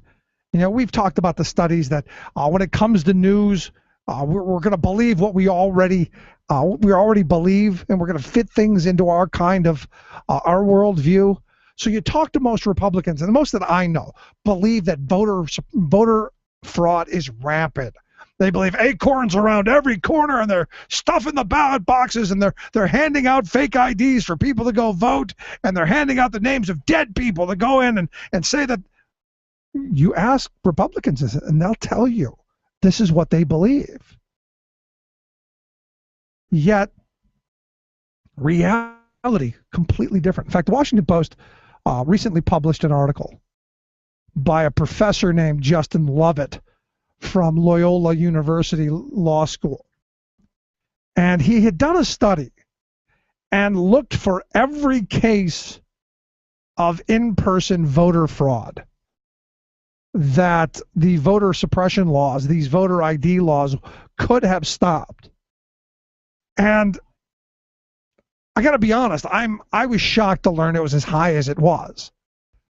He was not, though. He was actually underwhelmed. In fact, he wrote, "I've been tracking allegations of voter fraud for years now, including the fraud ID laws are designed to stop." He said in 2008, when the Supreme Court weighed in on voter ID, "I looked at every single allegation put before the court, and since then I've been following reports wherever they crop up. And to be clear, I'm just not talking about prosecutions. I track any specific credible allegation that someone may have pretended to be someone else at the polls in any way that an ID could have fixed."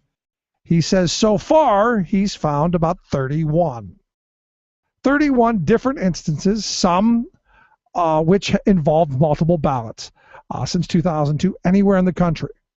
He says if you want to check my work, in his article he puts out all of the 31. Yeah, 31. In 14 years, 31 cases in 14 years. Now the state of Pennsylvania, in their trial, now these aren't convictions because I went through most of them were oops, I didn't. The state of Pennsylvania, in their stipulation of fact, when the trial for the voter suppression law began, admitted we don't know of any cases that this law would stop. We don't know of any cases that ever have been or that ever will be that the law will have stopped. He says there are 31 cases. This professor Levitt. He says, to put this in perspective, 31 instances below came in the context of general, primary, and special and municipal elections from 2000 through 2014. He says, in general and primary elections alone, more than 1 billion ballots were cast in that period. So you're talking about 31 ballots out of 1 billion votes, which is less than, if you just do the quick math, 0.000000031%. We're talking a very small amount. So for every 32,258,064 votes, one of them could have been prevented through the voter suppression laws.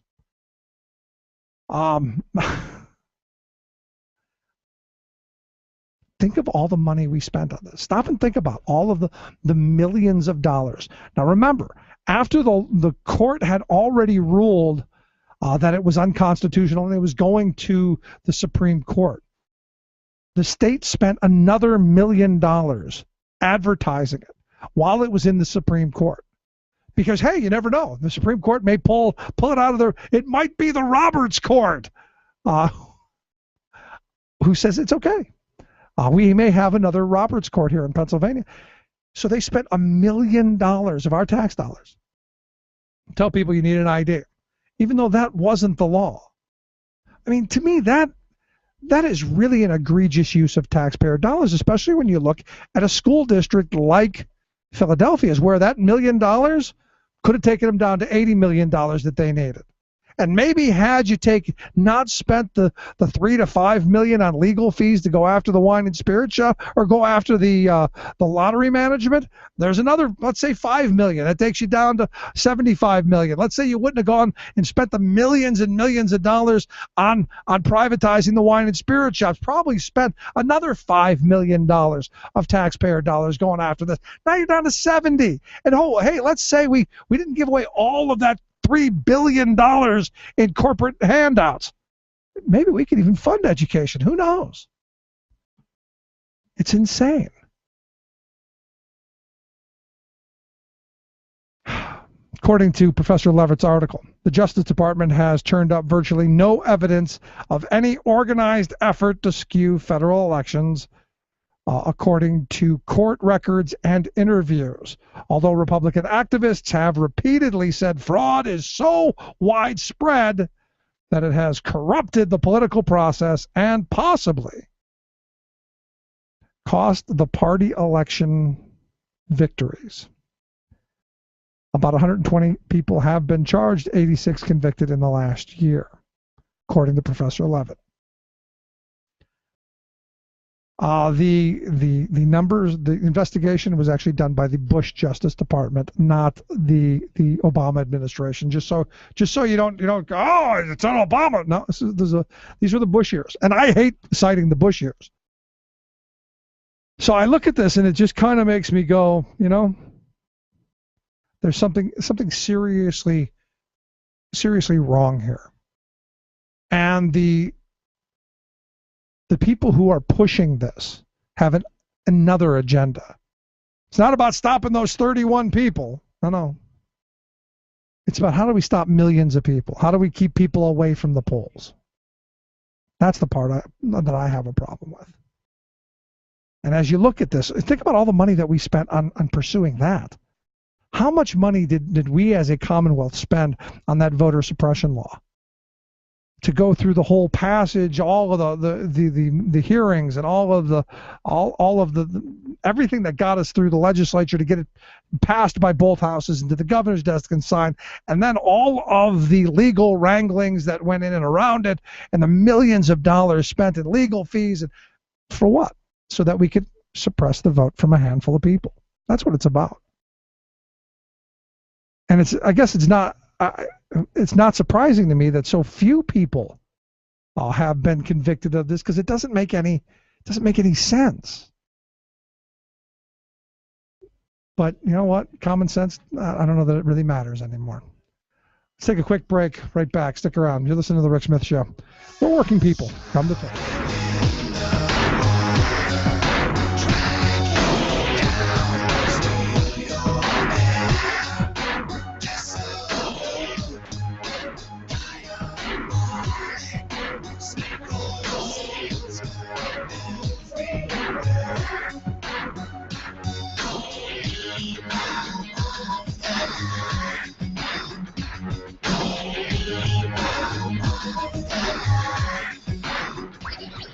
Rick Smith Show, changing America for the better. Another day of sudden flood emergencies and high water rescues, this time in Long Island, New York. Historic storms and flooding paralyze cities across the U.S. California breaks heat records again. China breaks solar investment records. Plus, there's some nutcases in our country that don't believe in global warming. President Jimmy Carter criticizes climate-denying Republicans. All of those nutcases and more straight ahead. From BradBlog.com, I'm Brad Friedman. And I'm Desi Doyen. Stand by for 6 minutes of independent green news, politics, analysis, and snarky comment. This episode uses strong, potentially offensive language to refer to climate deniers, but it's probably still not strong or offensive enough. Ooh, Jay of the Best of the Left podcast getting into our snarky comment game. Well snarked, Jay. This is your Green News Report.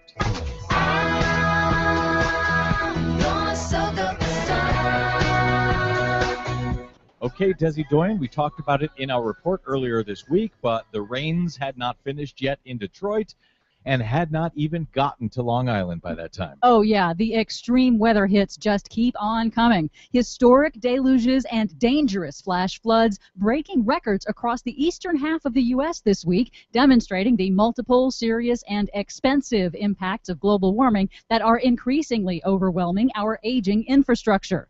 In Detroit, the ground came up, and I just remember screaming at him, saying that we gotta go.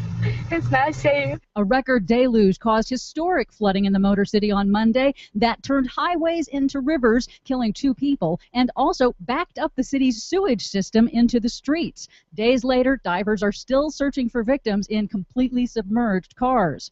In Nebraska,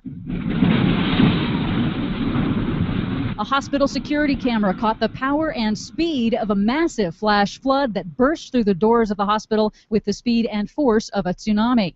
Several cities from Arizona to Massachusetts saw record flooding, but none so much as the Long Island town of Islip in New York State, which recorded 13 inches of rain in just 3 hours, unprecedented in state history. When was the last time you've seen it this bad? I actually worked during Hurricane Sandy, and it's been that kind of day.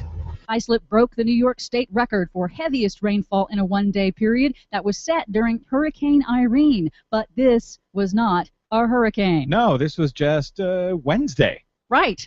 Now, why is this happening all at once? Why is this happening all at once? Funny you should ask. NBC News reports it's changes in the jet stream. According to a recent study, extreme weather is due to a rise in blocking patterns. That's when hot or wet weather stays stuck over a region for an extended period of time. Most scientists are not surprised. They've actually seen this coming for a while. We've seen these type of blocking weather patterns almost double in the last decade. We've seen it coming for a while. We've talked about it on this show for a while. Scientists have been warning about it for a very long time, all during which the denialists out there have just been ignoring it as if there's nothing to see here, no concerns. Right, and of course good for NBC for mentioning that increase in blocking patterns, making extreme weather events more common. So a blocking pattern is basically what? Melting sea ice in the Arctic is changing the atmospheric air temperature. That's changing the jet stream, slowing it down, and that's what causes these blocking patterns. So the systems stall, they can't move across the country as they normally would. Instead, they get blocked in place and just drop all of this water in one place? Yep, but what NBC didn't tell you was the rest of the story. That new study also concluded that human-caused global warming is driving that increase in blocking patterns and extreme weather events.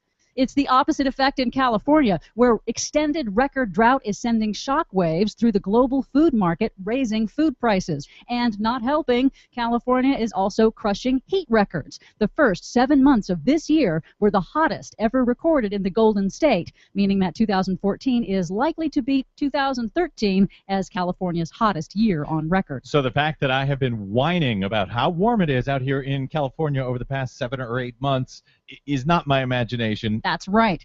Now, the solution to this, says former President Jimmy Carter, is denying it? No, it's to cut emissions. We need something like a carbon tax, which I think is the only reasonable approach. In an appearance at a renewable energy conference in Aspen, Colorado, the 89-year-old conservationist who established the Department of Energy and warned of the need to act on global warming while in office way back in the 1970s, he laid the blame for inaction squarely on Republican climate deniers. I would say the biggest handicap we have right now is some nutcases in our country that don't believe in global warming. But finally, some good news. In China, they're already taking action. The city of Beijing just announced it is banning coal in its districts by 2020, and a new report shows China has installed more solar power in just the last 6 months than the U.S. currently has in existence. Impossible. Fox News has told me over and over again that we can do whatever we want about global warming, but China doesn't care, and they're going to keep emitting.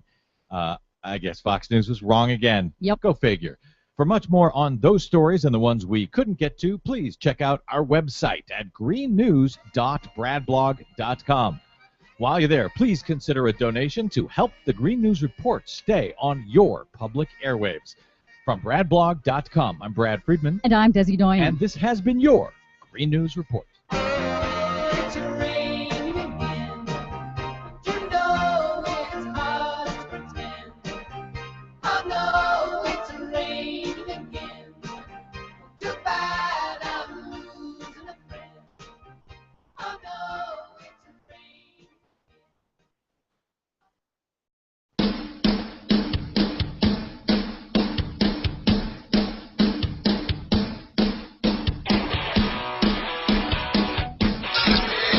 Raising the flag of freedom for people, not corporations. Rick Smith.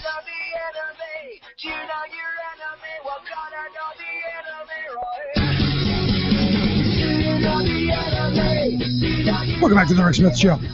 Check out the website, thericksmithshow.com. Questions, comments, something on your mind, you can email me, Rick at thericksmithshow.com, or send me an email, Rick at thericksmithshow.com. Don't forget the podcast there at the website or the app on your smartphone. Take the program on the go wherever you go. And again, I'd love to hear the feedback from the app. Both Cheryl and Arnold have done a fantastic job. I'm very pleased with the app. Bloomberg News, interesting report that's come out that they're kind of proof that the Republicans are maybe finally coming around the idea that Obamacare is not going anywhere. According to Bloomberg, in competitive congressional races, Republicans are spending less money on ads attacking the Affordable Care Act and moving to other things like the economy, which is what I've been saying for the longest time. It's about jobs. Everything in my view is solved with a jobs plan. And it resonated in 2010 when Republicans said it was all about jobs, jobs, jobs. If you remember, because they made it sound like Obama was creating a handout society, right? And they told us laser-like focus. I still remember it like it was yesterday. And they had one of those cute kind of pledge things, kind of a contract. What was the Pledge for America? With lots of very nice flowery language. I think it was, what was it, like 47 pages? Like 28 pages of flowery, of pictures of smiling white people. And nice, a lot of liberty and a lot of freedom talk. Nothing really about actually how they were going to create jobs. No, other than the same failed stuff. More tax breaks for corporations, more handouts, stuff like that. And I always find it ironic, and I always have, I guess, that the Republicans get away with pointing at Democrats and go, they just want to give handouts. They're socialist. Yet, really? Look at what Corbyn has done in these last 3.5 years. $3 billion of tax revenue that should have come in to fund education and roads and bridges and healthcare and all those things that they just gave away. You want to talk about handouts? Huge handouts. Oh, but those are job creators. Well, fourth slowest growing economy in the nation, according to the newspaper of the investor class. And you look at this and you go, at some point, do we just say, this ideology is a failed experiment? When does that happen? When do we realize that George H.W. Bush was right? That voodoo Reaganomics is going to kill the country. When do we wake up and realize that everything that has been pursued by our government for the last 30-some years is voodoo? It's trickery. And it's trickery to steal from you and me. When are we going to wake up to that? I had someone the other day who said, I was listening to you on the radio and I heard that you were doing the job that I'm doing today. This kid works on a shipping dock. He goes, there's no way you made $15 an hour back in the 80s. I'm going, yeah, I actually did. As did all of the casuals that I worked with, at this trucking company and trucking industry wide in Cleveland. Because all these companies had been part of the National Master Freight Agreement. All of these companies were part of this agreement. And at one point, that agreement covered the entire nation. And about, more than half of all the trucks on the road at one point, which meant that they continually raised standards. I went back and I looked at the contracts because I was going to write a paper for when I was doing my master's work. And I had looked at all of these contracts. And what I found is, during the 70s when inflation was going through the roof, they got one contract was 3 raises in a year to help workers keep up with inflation. So that as As things got more costly, wages went up. We don't see that now because too many people aren't covered by these very contracts that protected my grandparents' generation. Something seriously wrong. And like I told the kid, we can do it again. It's a matter of organizing. It's a matter of getting into the streets. It's a matter of fighting for the right to organize, the right to stand together. Quick break, right back. Stick around. You're listening to The Rick Smith Show.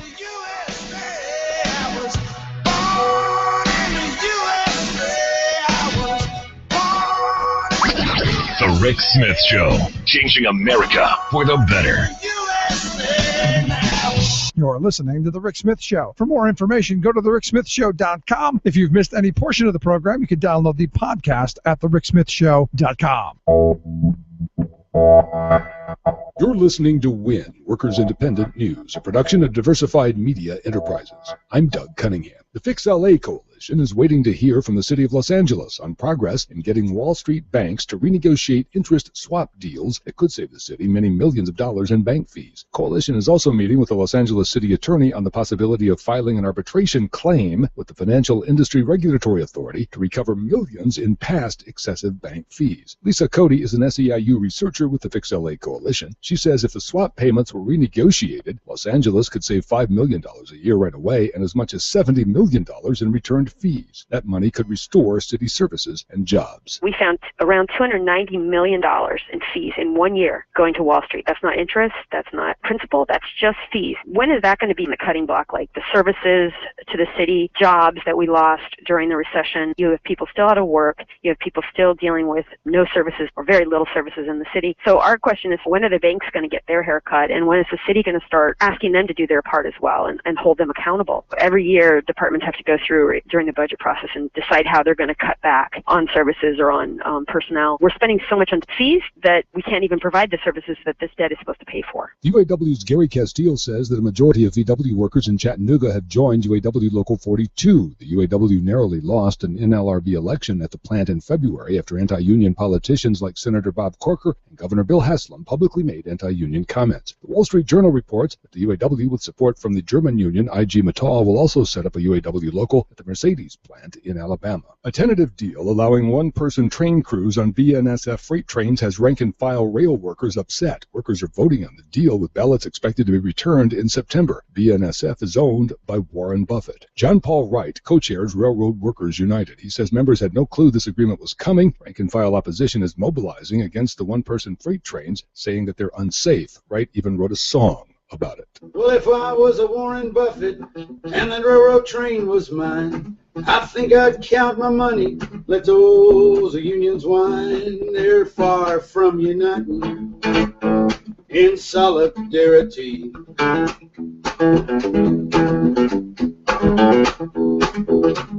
Well, I bet old Ward's a riding in his fancy observation car, and I bet he's a drinking coffee and smoking a big cigar. Well, we knew we had it coming, just didn't know when or where. But if they sign that agreement, gonna be one-man trains everywhere. You've been listening to WIN, Workers Independent News. For more information, visit laborradio.org. The man who sends the investor class diving for their tax shelters. Rick Smith. At every trough you stop to feed, with your arrogance, your ignorance and greed. Now here come the cuts and redundancy. Through the absolute indifference, the avarice, incompetence, your arrogance, your ignorance, your greed.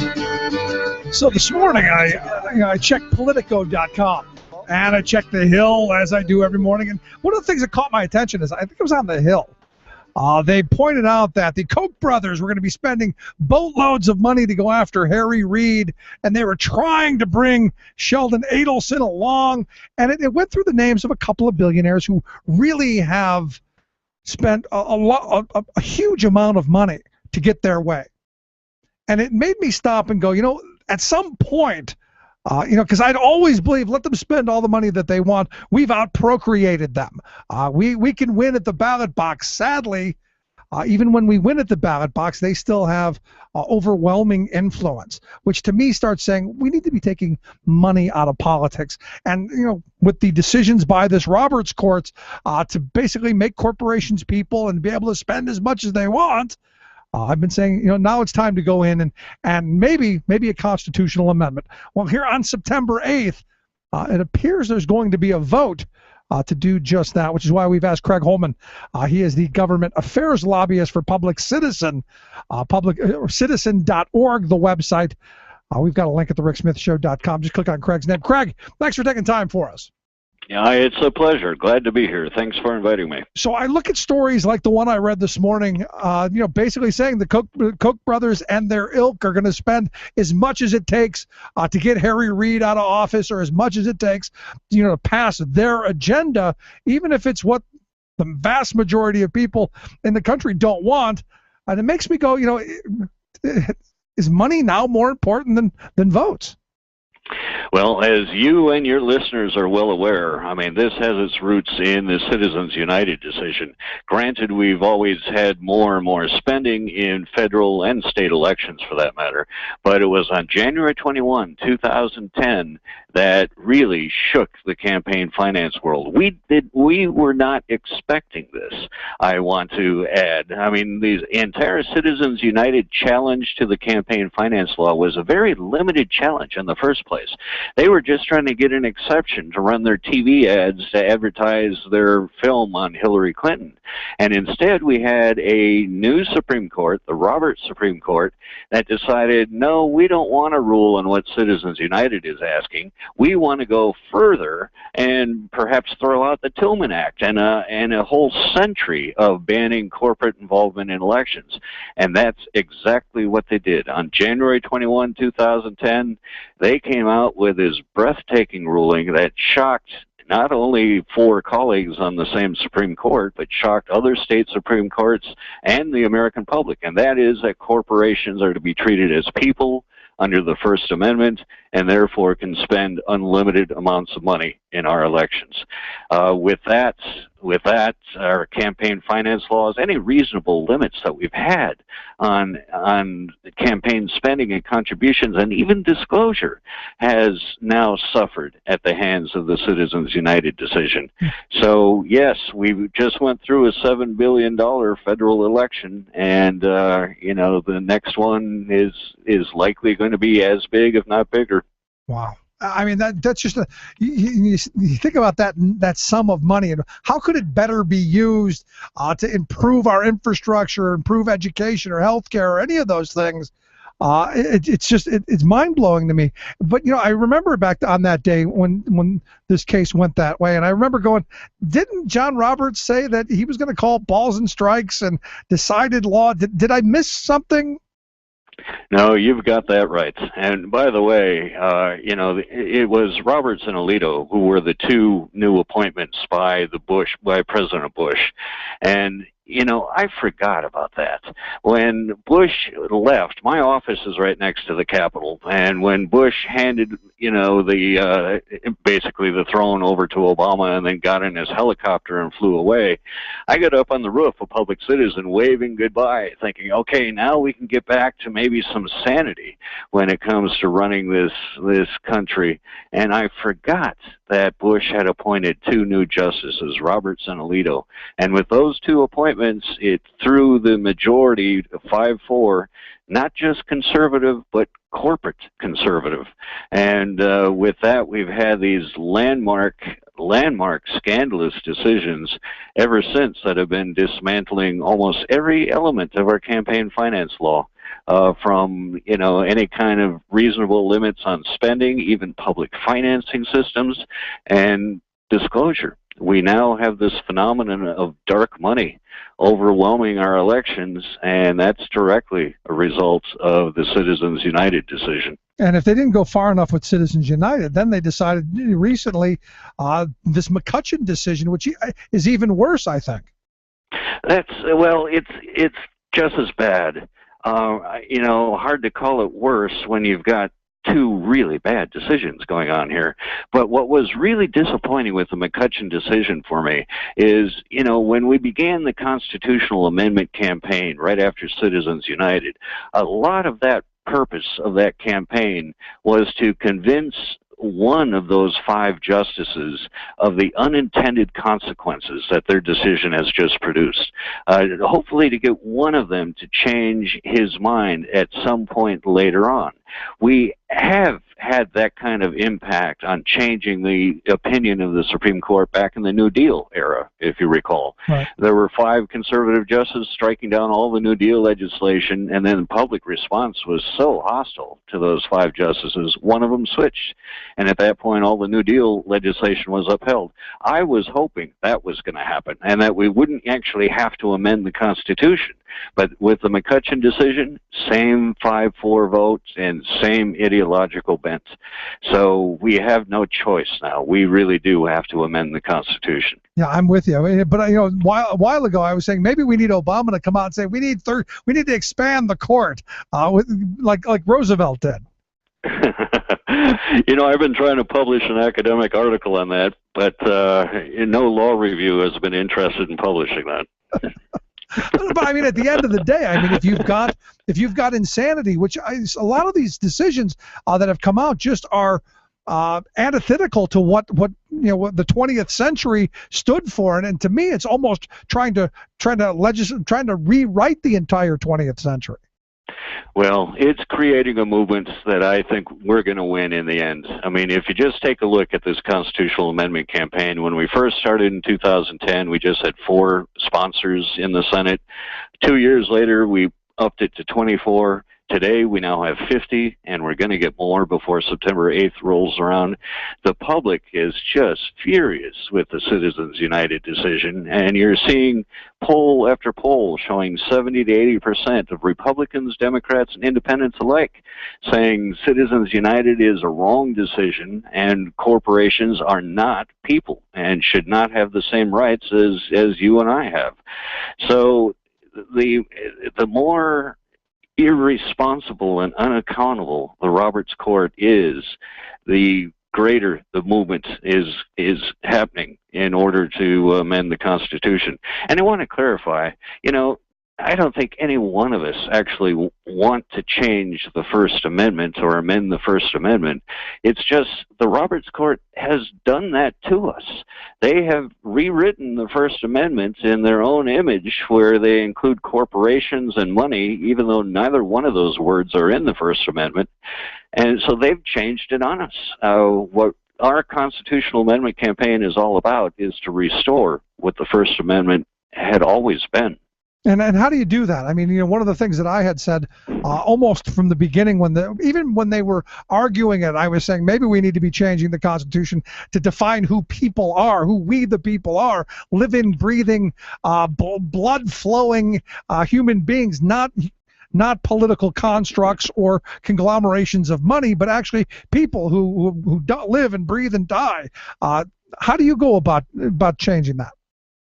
Well, the constitutional amendment that's coming up for a vote on September 8th has 2 main provisions to it.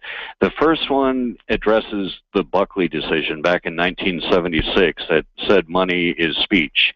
The first provision declares that Congress shall have the authority to impose spending limits, contribution limits, disclosure requirements, and public financing if Congress chooses to do so. The second provision addresses specifically the Citizens United case, and it says Congress shall have the authority to distinguish between natural persons and artificial entities, being corporations, when it comes to the First Amendment and campaign finance laws. So those two provisions together would accomplish that. What it does then is it moves the debate into Congress, where we have a chance to fight. Here we can make Congress accountable to the public's wishes. We apparently have not been able to do that with the Roberts Court. And then it's on to the states, right? I mean, a certain number of states have to then approve this, right? Yes, but I actually have no doubts that we're going to get 2/3 of the states to approve this, or 3/4 actually of the states to approve this. We already have 16 states that have passed resolutions asking Congress to submit a constitutional amendment to them to reverse Citizens United.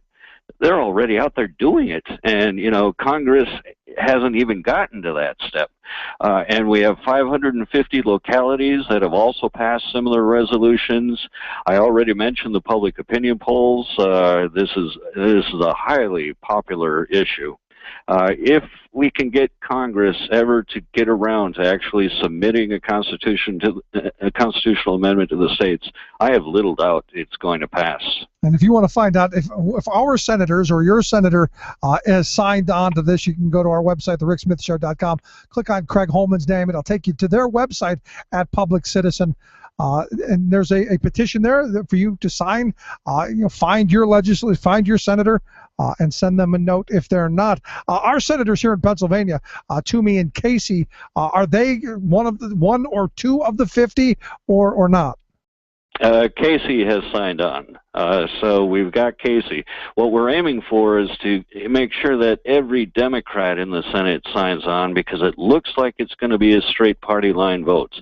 We'll win a majority, but the Republicans are strong enough that they can prevent 67 votes from happening to make this happen.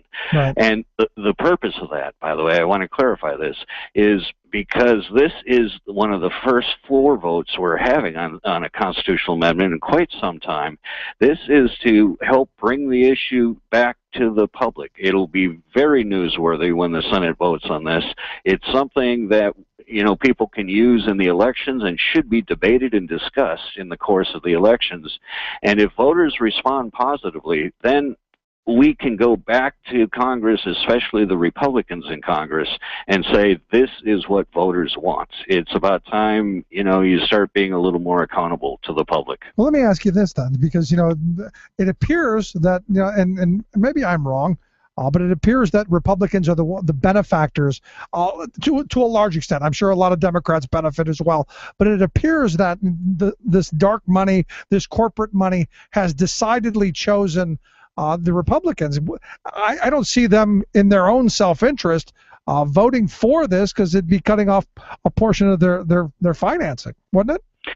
Well, you're right that the dark money is supporting Republicans disproportionately over Democrats by roughly about a 3-to-1 factor, or it did so in 2012 and is expected to do that again. However, as you were bringing up at the beginning of this show, it isn't just money that buys votes here in Congress. It's also the public. If we can apply public pressure, if we can get the voters involved, if we can get the public talking about this, that gives us a great deal of leverage over Congress, even over the Republicans, because they've got two self-interests. One is the money, the other is the voters. So let me ask you the last question I've got for you. What do we do? What do our listeners do? What do I do in preparation for this historic vote? What's the advice? There's a whole lot to do. You have provided the link to our webpage, and that provides a whole list of different actions that can be taken, including the petition, which is important. We're also having a letter of organizations that we want to introduce September 8th when that floor vote happens. There's also a similar constitutional amendment, identical one, going in the House, and we need people contacting their members of Congress. And there are in-district meetings going on all summer. So that link to that webpage identifies where those meetings are, and your listeners could choose to attend some of those meetings. So there's a whole lot that can be done. We've got to get the voters involved here. And the best way to do that, citizen.org, the website.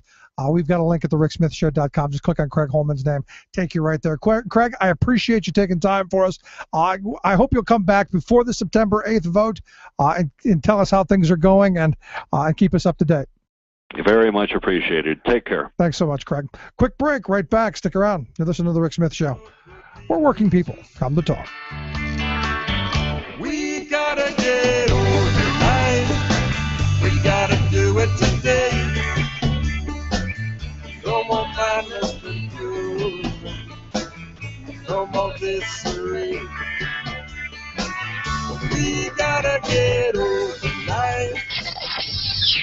You're listening to The Rick Smith Show. It's time for the world in 2. I'm your host, Luke Vargas, reporting today from Boston, Massachusetts, for the Talk Radio News Service. When it comes to the ongoing Ebola outbreak in West Africa, the establishment and enforcement of quarantines will likely be the tool that helps get a handle on the disease, not experimental treatments. But those quarantines have restricted freedom of movement and left many without access to regular food deliveries. It's very challenging and new. It's pretty much the first time that we have to deal with this contagious situation in such a big scale. Fabienne Pompey is the spokesperson for the World Food Program in West Africa. With this isolated area, the food chain is threatened from the production to the access to market. People are sometimes prevented to go to their field, to do their work, to harvest. So we know that it will have an impact on the food security. The WFP will eventually aim to reach 1 million people with food assistance. And since it's thought the Ebola outbreak began with the consumption of an infected fruit bat, they're taking care to make up for sources of meat that are supposed to be off limits now. And we are there to offer an alternative to bushmeat.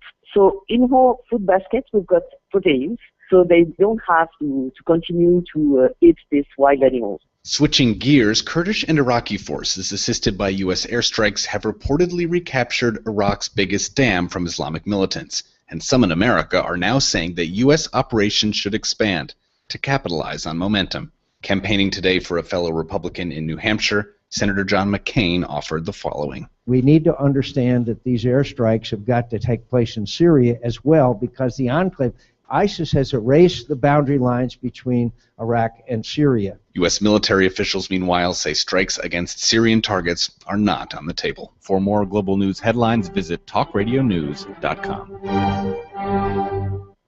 Tales of American Political History with Clinton Porter Hackney.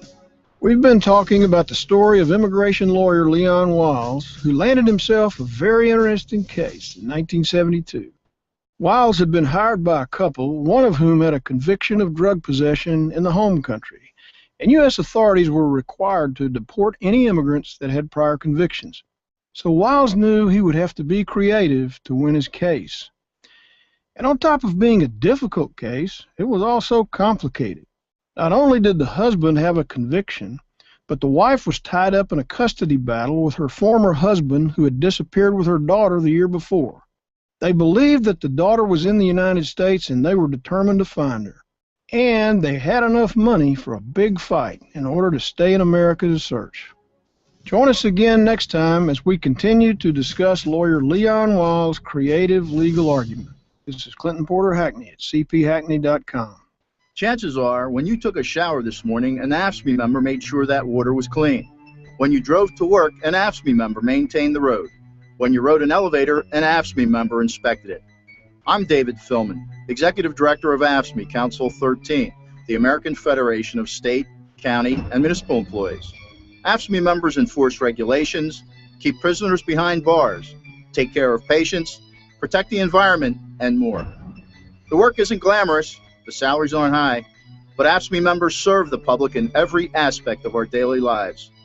Chances are, you'll never see that AFSCME member working in a sewage plant, diving underwater to repair a bridge, or answering a 911 call. But aren't you glad they do? For more information, visit AFSCME13.org. We are AFSCME.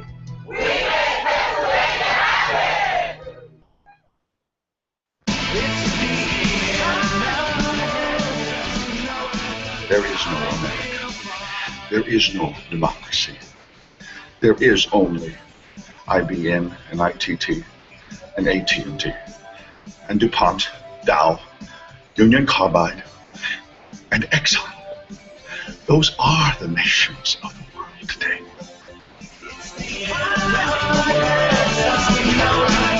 Well, they're just not the nations of the world. They're the people. They're the people. Thanks to Citizens United, thanks to these horrible Supreme Court decisions.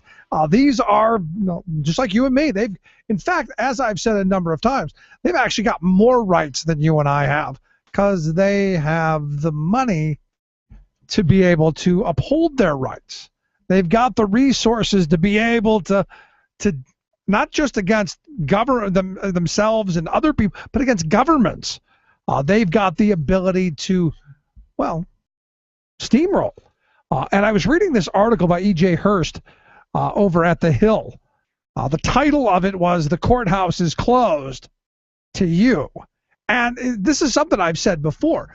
You know, these big companies and the very well-to-do have teams of lawyers, have, you know, on retainer that we pay for because they write it off as a cost of doing business.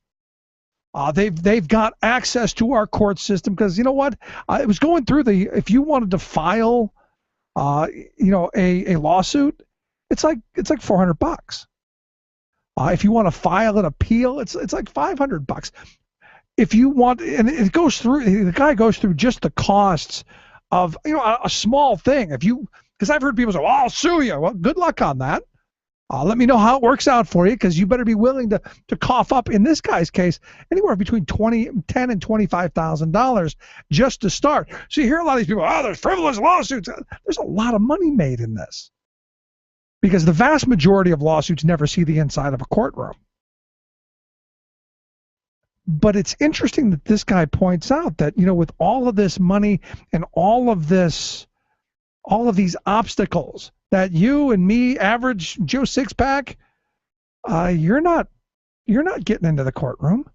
So if you're a worker who was wrongly fired for something, good luck finding a lawyer who's going to take your case. If you're a consumer who was screwed over by a company, and you want to, good luck finding someone taking your case, especially since the Supreme Court decided that, like in the AT&T case, that it's okay to, if you screw somebody out of $20 or $30, each person has to individually litigate it. Who's going to spend $25,000 because they were screwed out of $30? Nobody. I mean, this game is so badly rigged, and it's shocking to me that more people aren't outraged at just this. But we've bought that well, we're a sue-happy society, when a lot of this is these corporate people suing people. And if you wanted to sue, you know, you talk about medical malpractice and all of this stuff, in order for you to find a doctor willing to, or a lawyer willing to take a case of medical malpractice, you better damn well have something seriously wrong with you. Which again is why I've always been against the idea of this of these tort reforms that are thrown at us. Because for one, in places where they've done it, we've actually found the costs are much higher. The payouts to the people, not so much.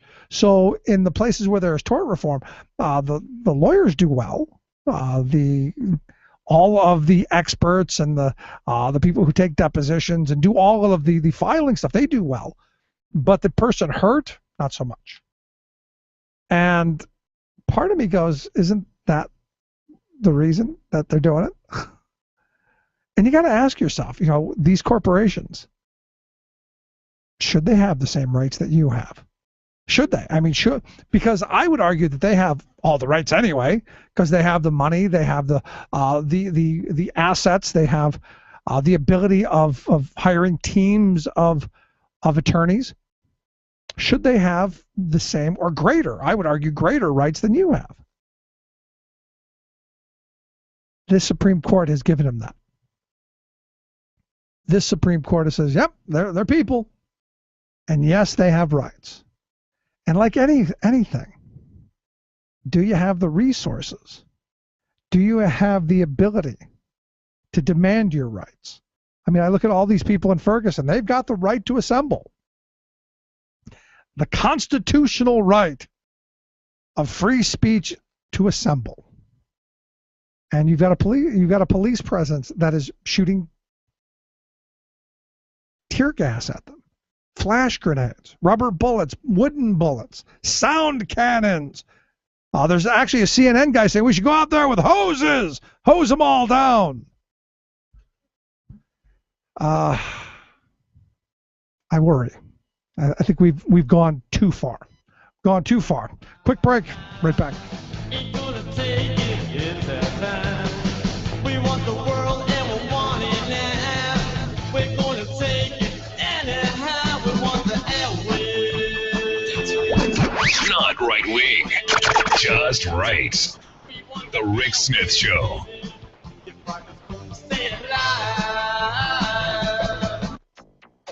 Another day of sudden flood emergencies and high water rescues, this time in Long Island, New York. Historic storms and flooding paralyze cities across the U.S. California breaks heat records again. China breaks solar investment records. Plus, There's some nutcases in our country that don't believe in global warming. President Jimmy Carter criticizes climate-denying Republicans. All of those nutcases and more straight ahead. From BradBlog.com, I'm Brad Friedman. And I'm Desi Doyen. Stand by for 6 minutes of independent green news, politics, analysis, and snarky comment. This episode uses strong, potentially offensive language to refer to climate deniers, but it's probably still not strong or offensive enough. Ooh, Jay of the Best of the Left podcast getting into our snarky comment game. Well snarked, Jay. This is your Green News Report.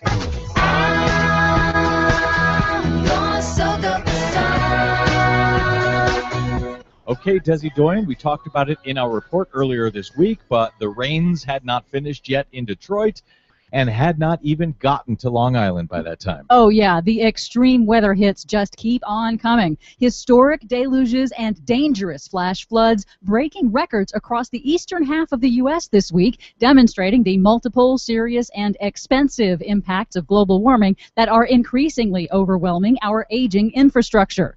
In Detroit, The ground came up, and I just remember screaming at him, saying that we gotta go. It's not safe. a record deluge caused historic flooding in the Motor City on Monday that turned highways into rivers, killing 2 people, and also backed up the city's sewage system into the streets. Days later, divers are still searching for victims in completely submerged cars. In Nebraska, a hospital security camera caught the power and speed of a massive flash flood that burst through the doors of the hospital with the speed and force of a tsunami. Several cities, from Arizona to Massachusetts, saw record flooding, but none so much as the Long Island town of Islip in New York State, which recorded 13 inches of rain in just 3 hours, unprecedented in state history. When was the last time you've seen it this bad? I actually worked during Hurricane Sandy, and it's been that kind of day. Islip broke the New York State record for heaviest rainfall in a one-day period that was set during Hurricane Irene, but this was not a hurricane. No, this was just Wednesday. Right. Now, why is this happening all at once? Why is this happening all at once? Funny you should ask. NBC News reports it's changes in the jet stream. According to a recent study, extreme weather is due to a rise in blocking patterns. That's when hot or wet weather stays stuck over a region for an extended period of time. Most scientists are not surprised. They've actually seen this coming for a while. We've seen these type of blocking weather patterns almost double in the last decade. We've seen it coming for a while. We've talked about it on this show for a while. Scientists have been warning about it for a very long time, all during which the denialists out there have just been ignoring it as if there's nothing to see here, no concerns. Right, and of course good for NBC for mentioning that increase in blocking patterns, making extreme weather events more common. So a blocking pattern is basically what? Melting sea ice in the Arctic is changing the atmospheric air temperature. That's changing the jet stream, slowing it down, and that's what causes these blocking patterns. So the systems stall, they can't move across the country as they normally would. Instead, they get blocked in place and just drop all of this water in one place? Yep, but what NBC didn't tell you was the rest of the story. That new study also concluded that human-caused global warming is driving that increase in blocking patterns and extreme weather events. It's the opposite effect in California, where extended record drought is sending shockwaves through the global food market, raising food prices. And not helping, California is also crushing heat records. The first 7 months of this year were the hottest ever recorded in the Golden State, meaning that 2014 is likely to beat 2013 as California's hottest year on record. So the fact that I have been whining about how warm it is out here in California over the past 7 or 8 months is not my imagination. That's right. Now, the solution to this, says former President Jimmy Carter, is denying it? No, it's to cut emissions. We need something like a carbon tax, which I think is the only reasonable approach. In an appearance at a renewable energy conference in Aspen, Colorado, the 89-year-old conservationist who established the Department of Energy and warned of the need to act on global warming while in office way back in the 1970s, he laid the blame for inaction squarely on Republican climate deniers. I would say the biggest handicap we have right now is some nutcases in our country that don't believe in global warming. But finally, some good news in China. They're already taking action. The city of Beijing just announced it is banning coal in its districts by 2020, and a new report shows China has installed more solar power in just the last 6 months than the U.S. currently has in existence. Impossible. Fox News has told me over and over again that we can do whatever we want about global warming, but China doesn't care, and they're going to keep emitting. I guess Fox News was wrong again. Yep. Go figure. For much more on those stories and the ones we couldn't get to, please check out our website at greennews.bradblog.com. While you're there, please consider a donation to help the Green News Report stay on your public airwaves. From bradblog.com, I'm Brad Friedman. And I'm Desi Doyen. And this has been your Green News Report. It's raining again. You know it's hard to pretend. Oh no, it's raining again. Too bad I'm losing a friend. Oh no, it's raining The most important issues of the day. This is the Rick Smith Show.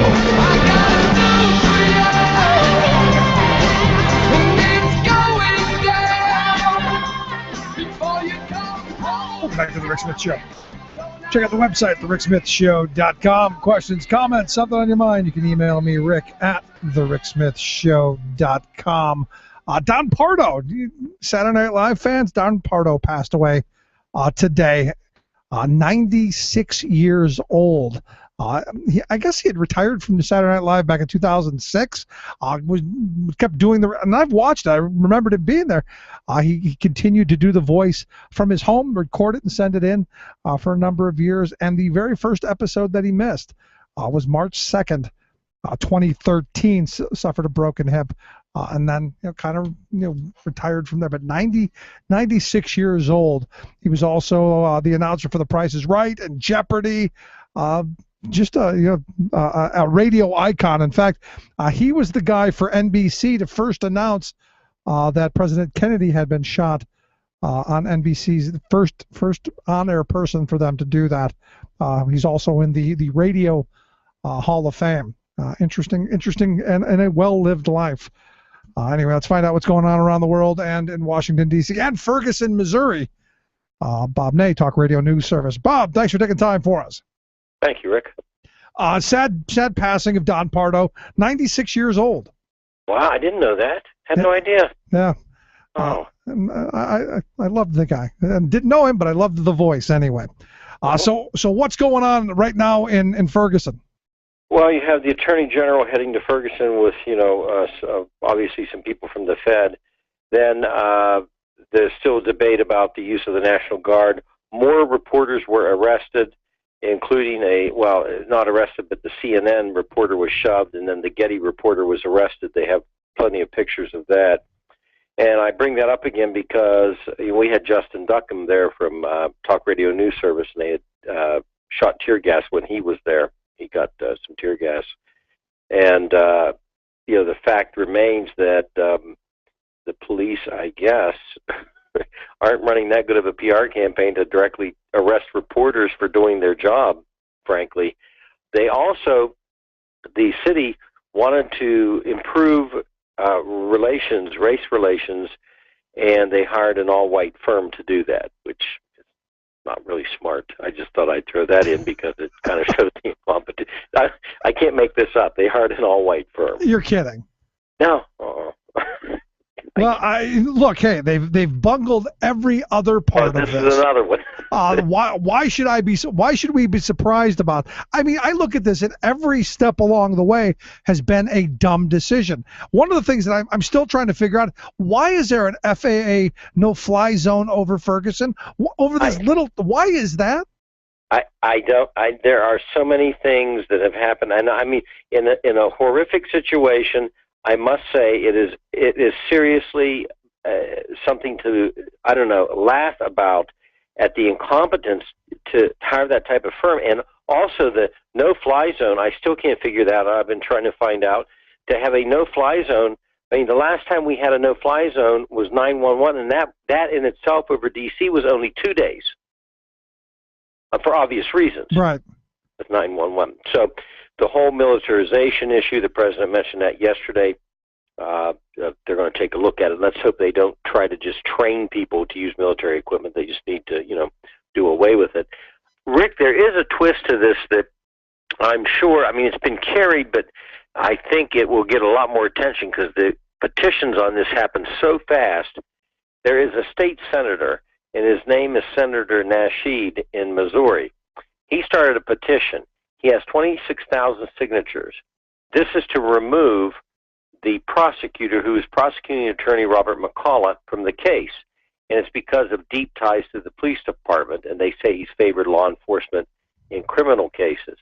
When you look at his background, the ties, they say, could cloud his judgment. McCullough's father was a police officer and was killed on the job in 1964 by an African-American man when McCullough was 12 years old. And then, in addition, McCullough's brother and uncle, a cousin, all served on the St. Louis Police Department, and his mother worked as a clerk at the department. So he's got deep ties. Deep, deep ties. So, that's the point they're bringing out. His ties are so deep. In this case, can he be, can he do a fair job? Now, they're talking about taking information to the grand jury as soon as tomorrow.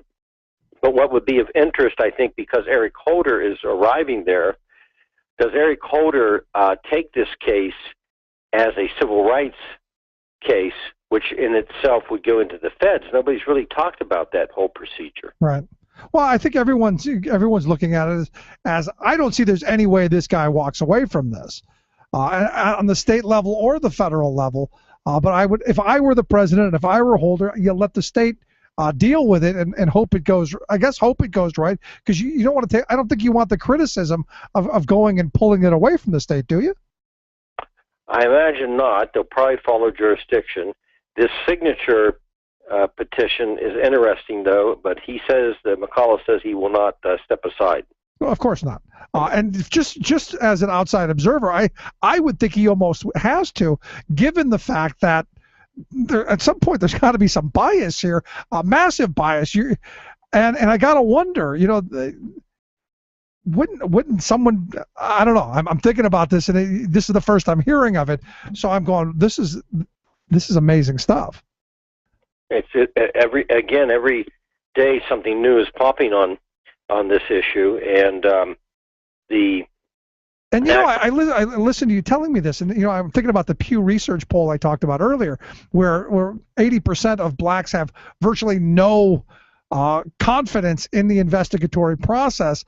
And you look at this, and this to me would kind of go, they have cause. I mean, here's a guy who, just from the outside, and I don't know him personally, but I got to think that you're biased on a certain level, and I understand.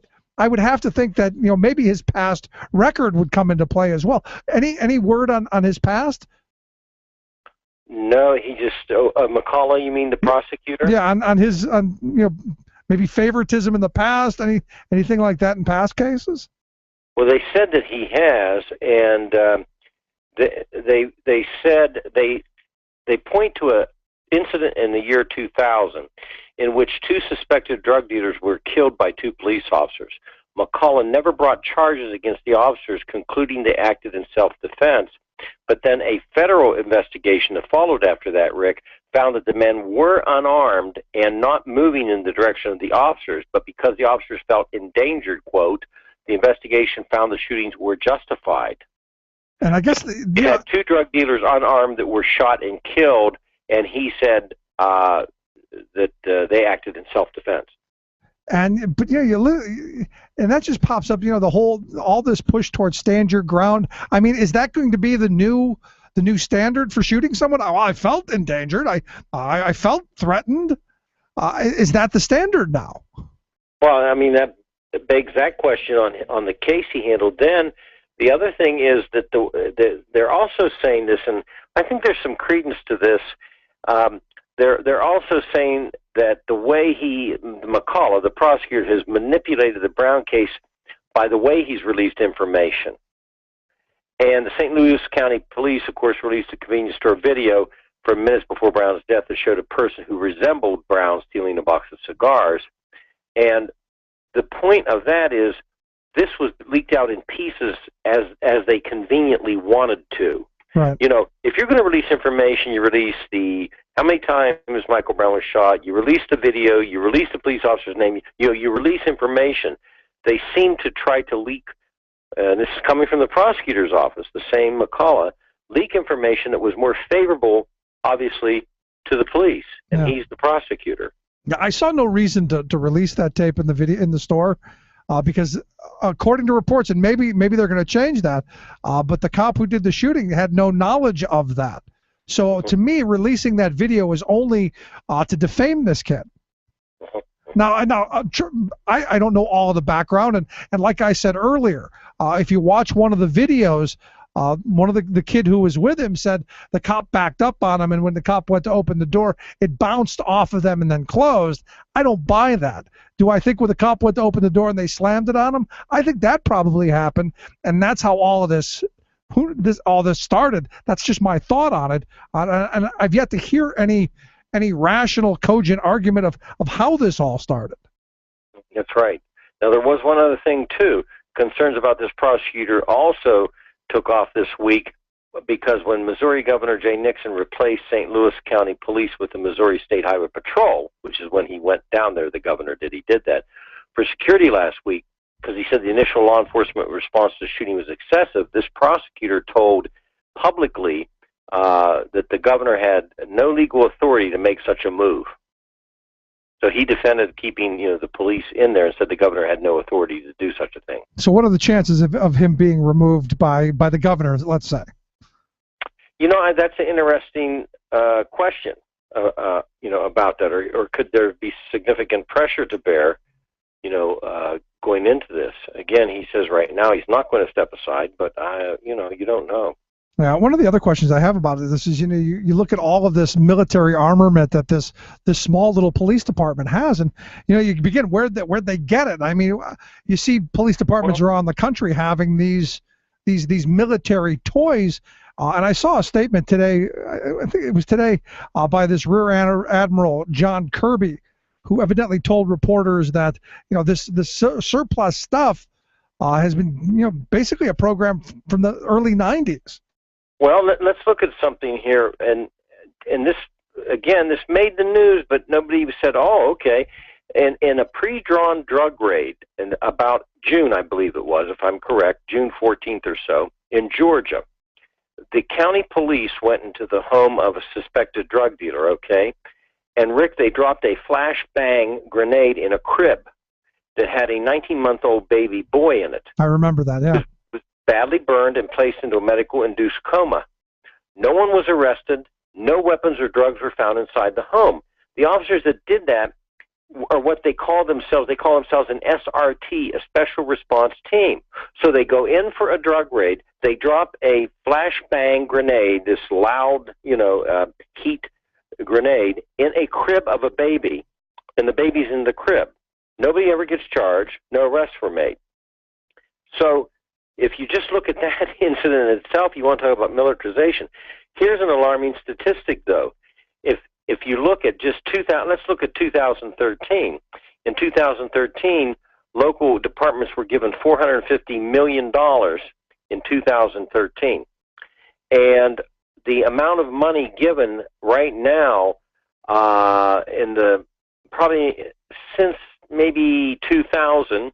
Is $4.3 billion of military property to local law enforcement. On a personal note, Rick, I would tell you that I had a local county law enforcement that called me up when I was in Congress, and he wanted weaponry, and I told him no. He didn't need it. And he bought into the Osama bin Laden's going to raid our water and sewer tank in this little town of 2,000 people, And remember, Tom Ridge told people to duct tape their windows. Remember that? Oh, yeah, I remember. Tom Ridge. Yeah, the head of Homeland Security for George Bush, and he had orange and yellow alerts today. you know, that fear was bred. Now, what does Tom Ridge do now? He's paid to give speeches for the MEK Mujahideen, former terrorist group, and now they're not a terrorist group, and he's being paid, and they are people who want war with Iran. I mean, it's all the whole military, you know, industrial complex scenario that people think is just a rumor. Yeah, and you think about the war on drugs. I mean, going back to the entering that house with the baby crib. That's just one of thousands of incidents that go on that we never hear of.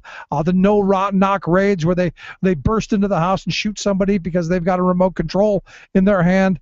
The stories are there. It's just that they don't seem to get the media coverage that this is getting because we're seeing the rioting in the streets.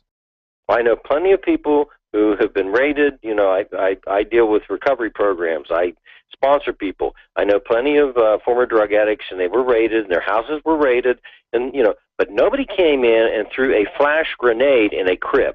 No. I mean, where would their minds be? You know, and that's all military hardware. So what's the answer to this? I mean, do we? You know, if you're a guy in Congress, I know Hank Johnson, the Democrat from Georgia, has put forth a piece of legislation to look into this and try to demilitarize part of our police departments. Is it a change of mindset? Is it you know, a change of what police departments? Whatever happened to protect and serve? Well, here's the danger, and I saw where the president said they're going to look into militarization, and I'll put this on the record today because I'm going to go back to as if I'm in Congress. If they, by any stretch of imagination, the system, the White House, the Congress, believe that they can actually start training local law enforcement to handle this weaponry, they are completely out of their minds, or they are just BSing the entire country. Right. There is not enough money to do that, number one. Two, why would you want to go down that road? They need to demilitarize local law enforcement. We have plenty of National Guard, can be called in anytime by a governor. They're equipped with everything. They'll take the extra equipment. If they try to do, quote, training, what's the name of that policeman that got in trouble from New York?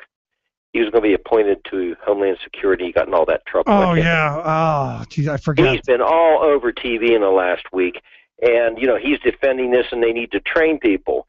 They can't train these people. There's not enough money. Can you imagine trying to put people through extensive training? Well, I mean, to me, beyond the training argument is it's the change of what a police department I think is. Yeah, exactly. You might as well take protect and serve and throw that right out the window. Yeah, and I think there's a lot of policemen that probably, if they were on the line with us, would agree they don't want to do this, that they don't want to go down this path. You know, but the community gets the powers to be get this equipment. They get, I'm getting free equipment, and we're going to be all, you know, protected. But the answer to this is to stop it. Yes. And that's the answer to it, is just to stop it. I agree, because, you know, as I said earlier in the program, you know, back when I was a kid playing football, once you put that helmet on, you get the pads on, you're ready for war. And I can't imagine the feeling of, you know, let's get the riot gear on. We're gearing up. The mental change from, you know, the idea of protect and serve to now we're Rambo. It's not good, and so it'll be an interesting debate after this is all done in Ferguson. Yeah, does it calm down anytime soon, do you think? You know, I don't know. With the Attorney General going there, it may make some calm, but I think unless they move fast to do something one way or the other, I think it's going to remain in some unrest. Does Obama go? No. He won't go. I wouldn't either. Bob, great talking with you. Thanks for the update. I appreciate the information. Thank you. Bob Ney, Talk Radio News Service. Quick break. Right back. Stick around. You're listening to The Rick Smith Show.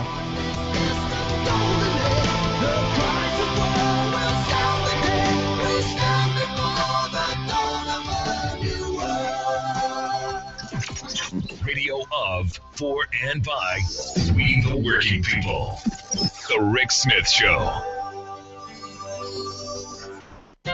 Ready or not, here we go again. Our military has been hurled back into the chaos of Iraq.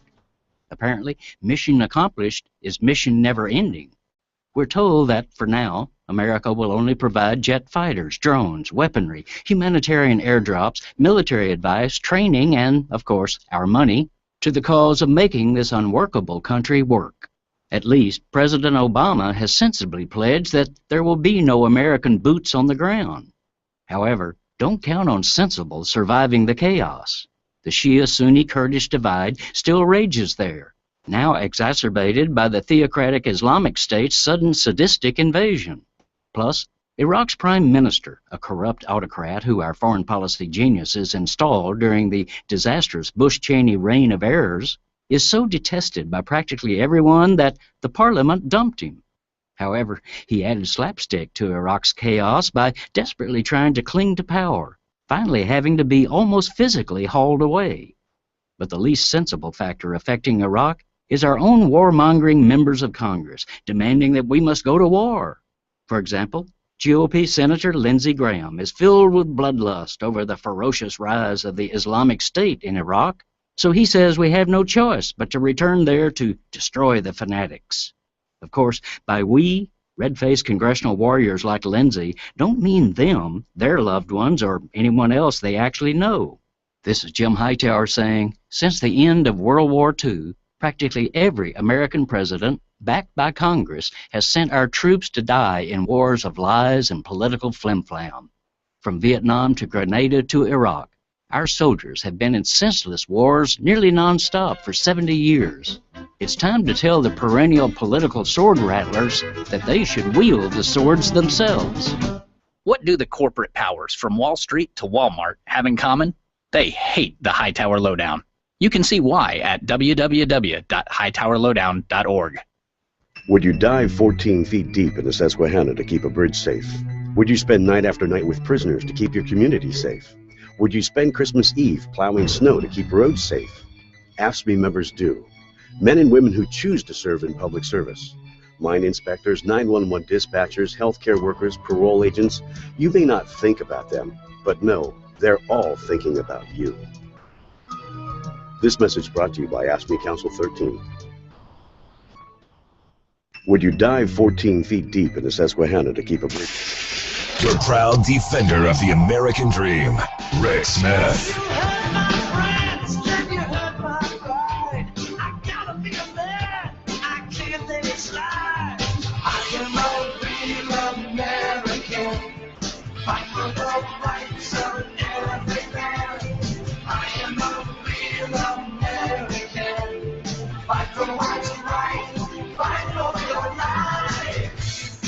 Welcome back to the Rick Smith Show.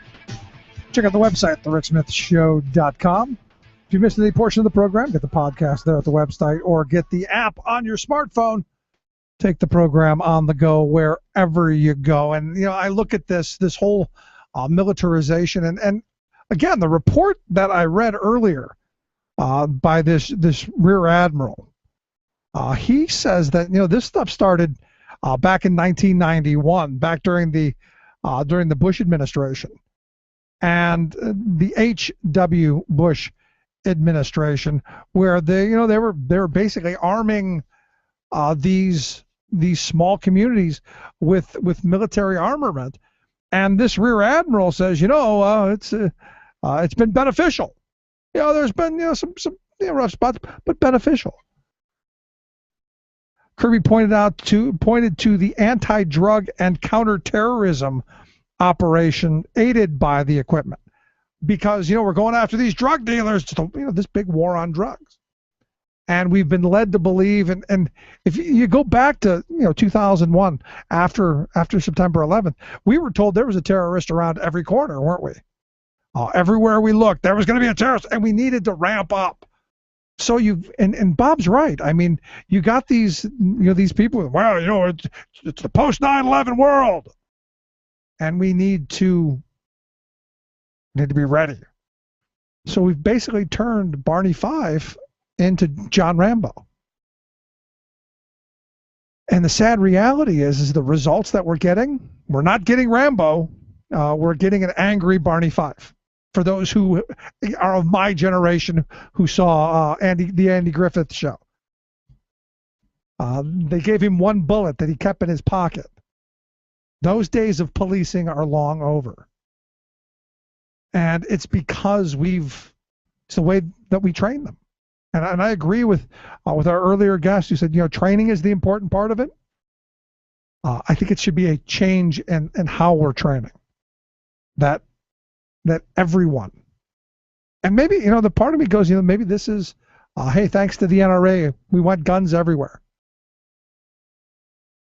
Amazing stuff. Anyway, I appreciate you tuning in. I appreciate you being here. I appreciate the thoughts, the comments, the emails. You can always email me, rick@thericksmithshow.com. We'll see you back here tomorrow.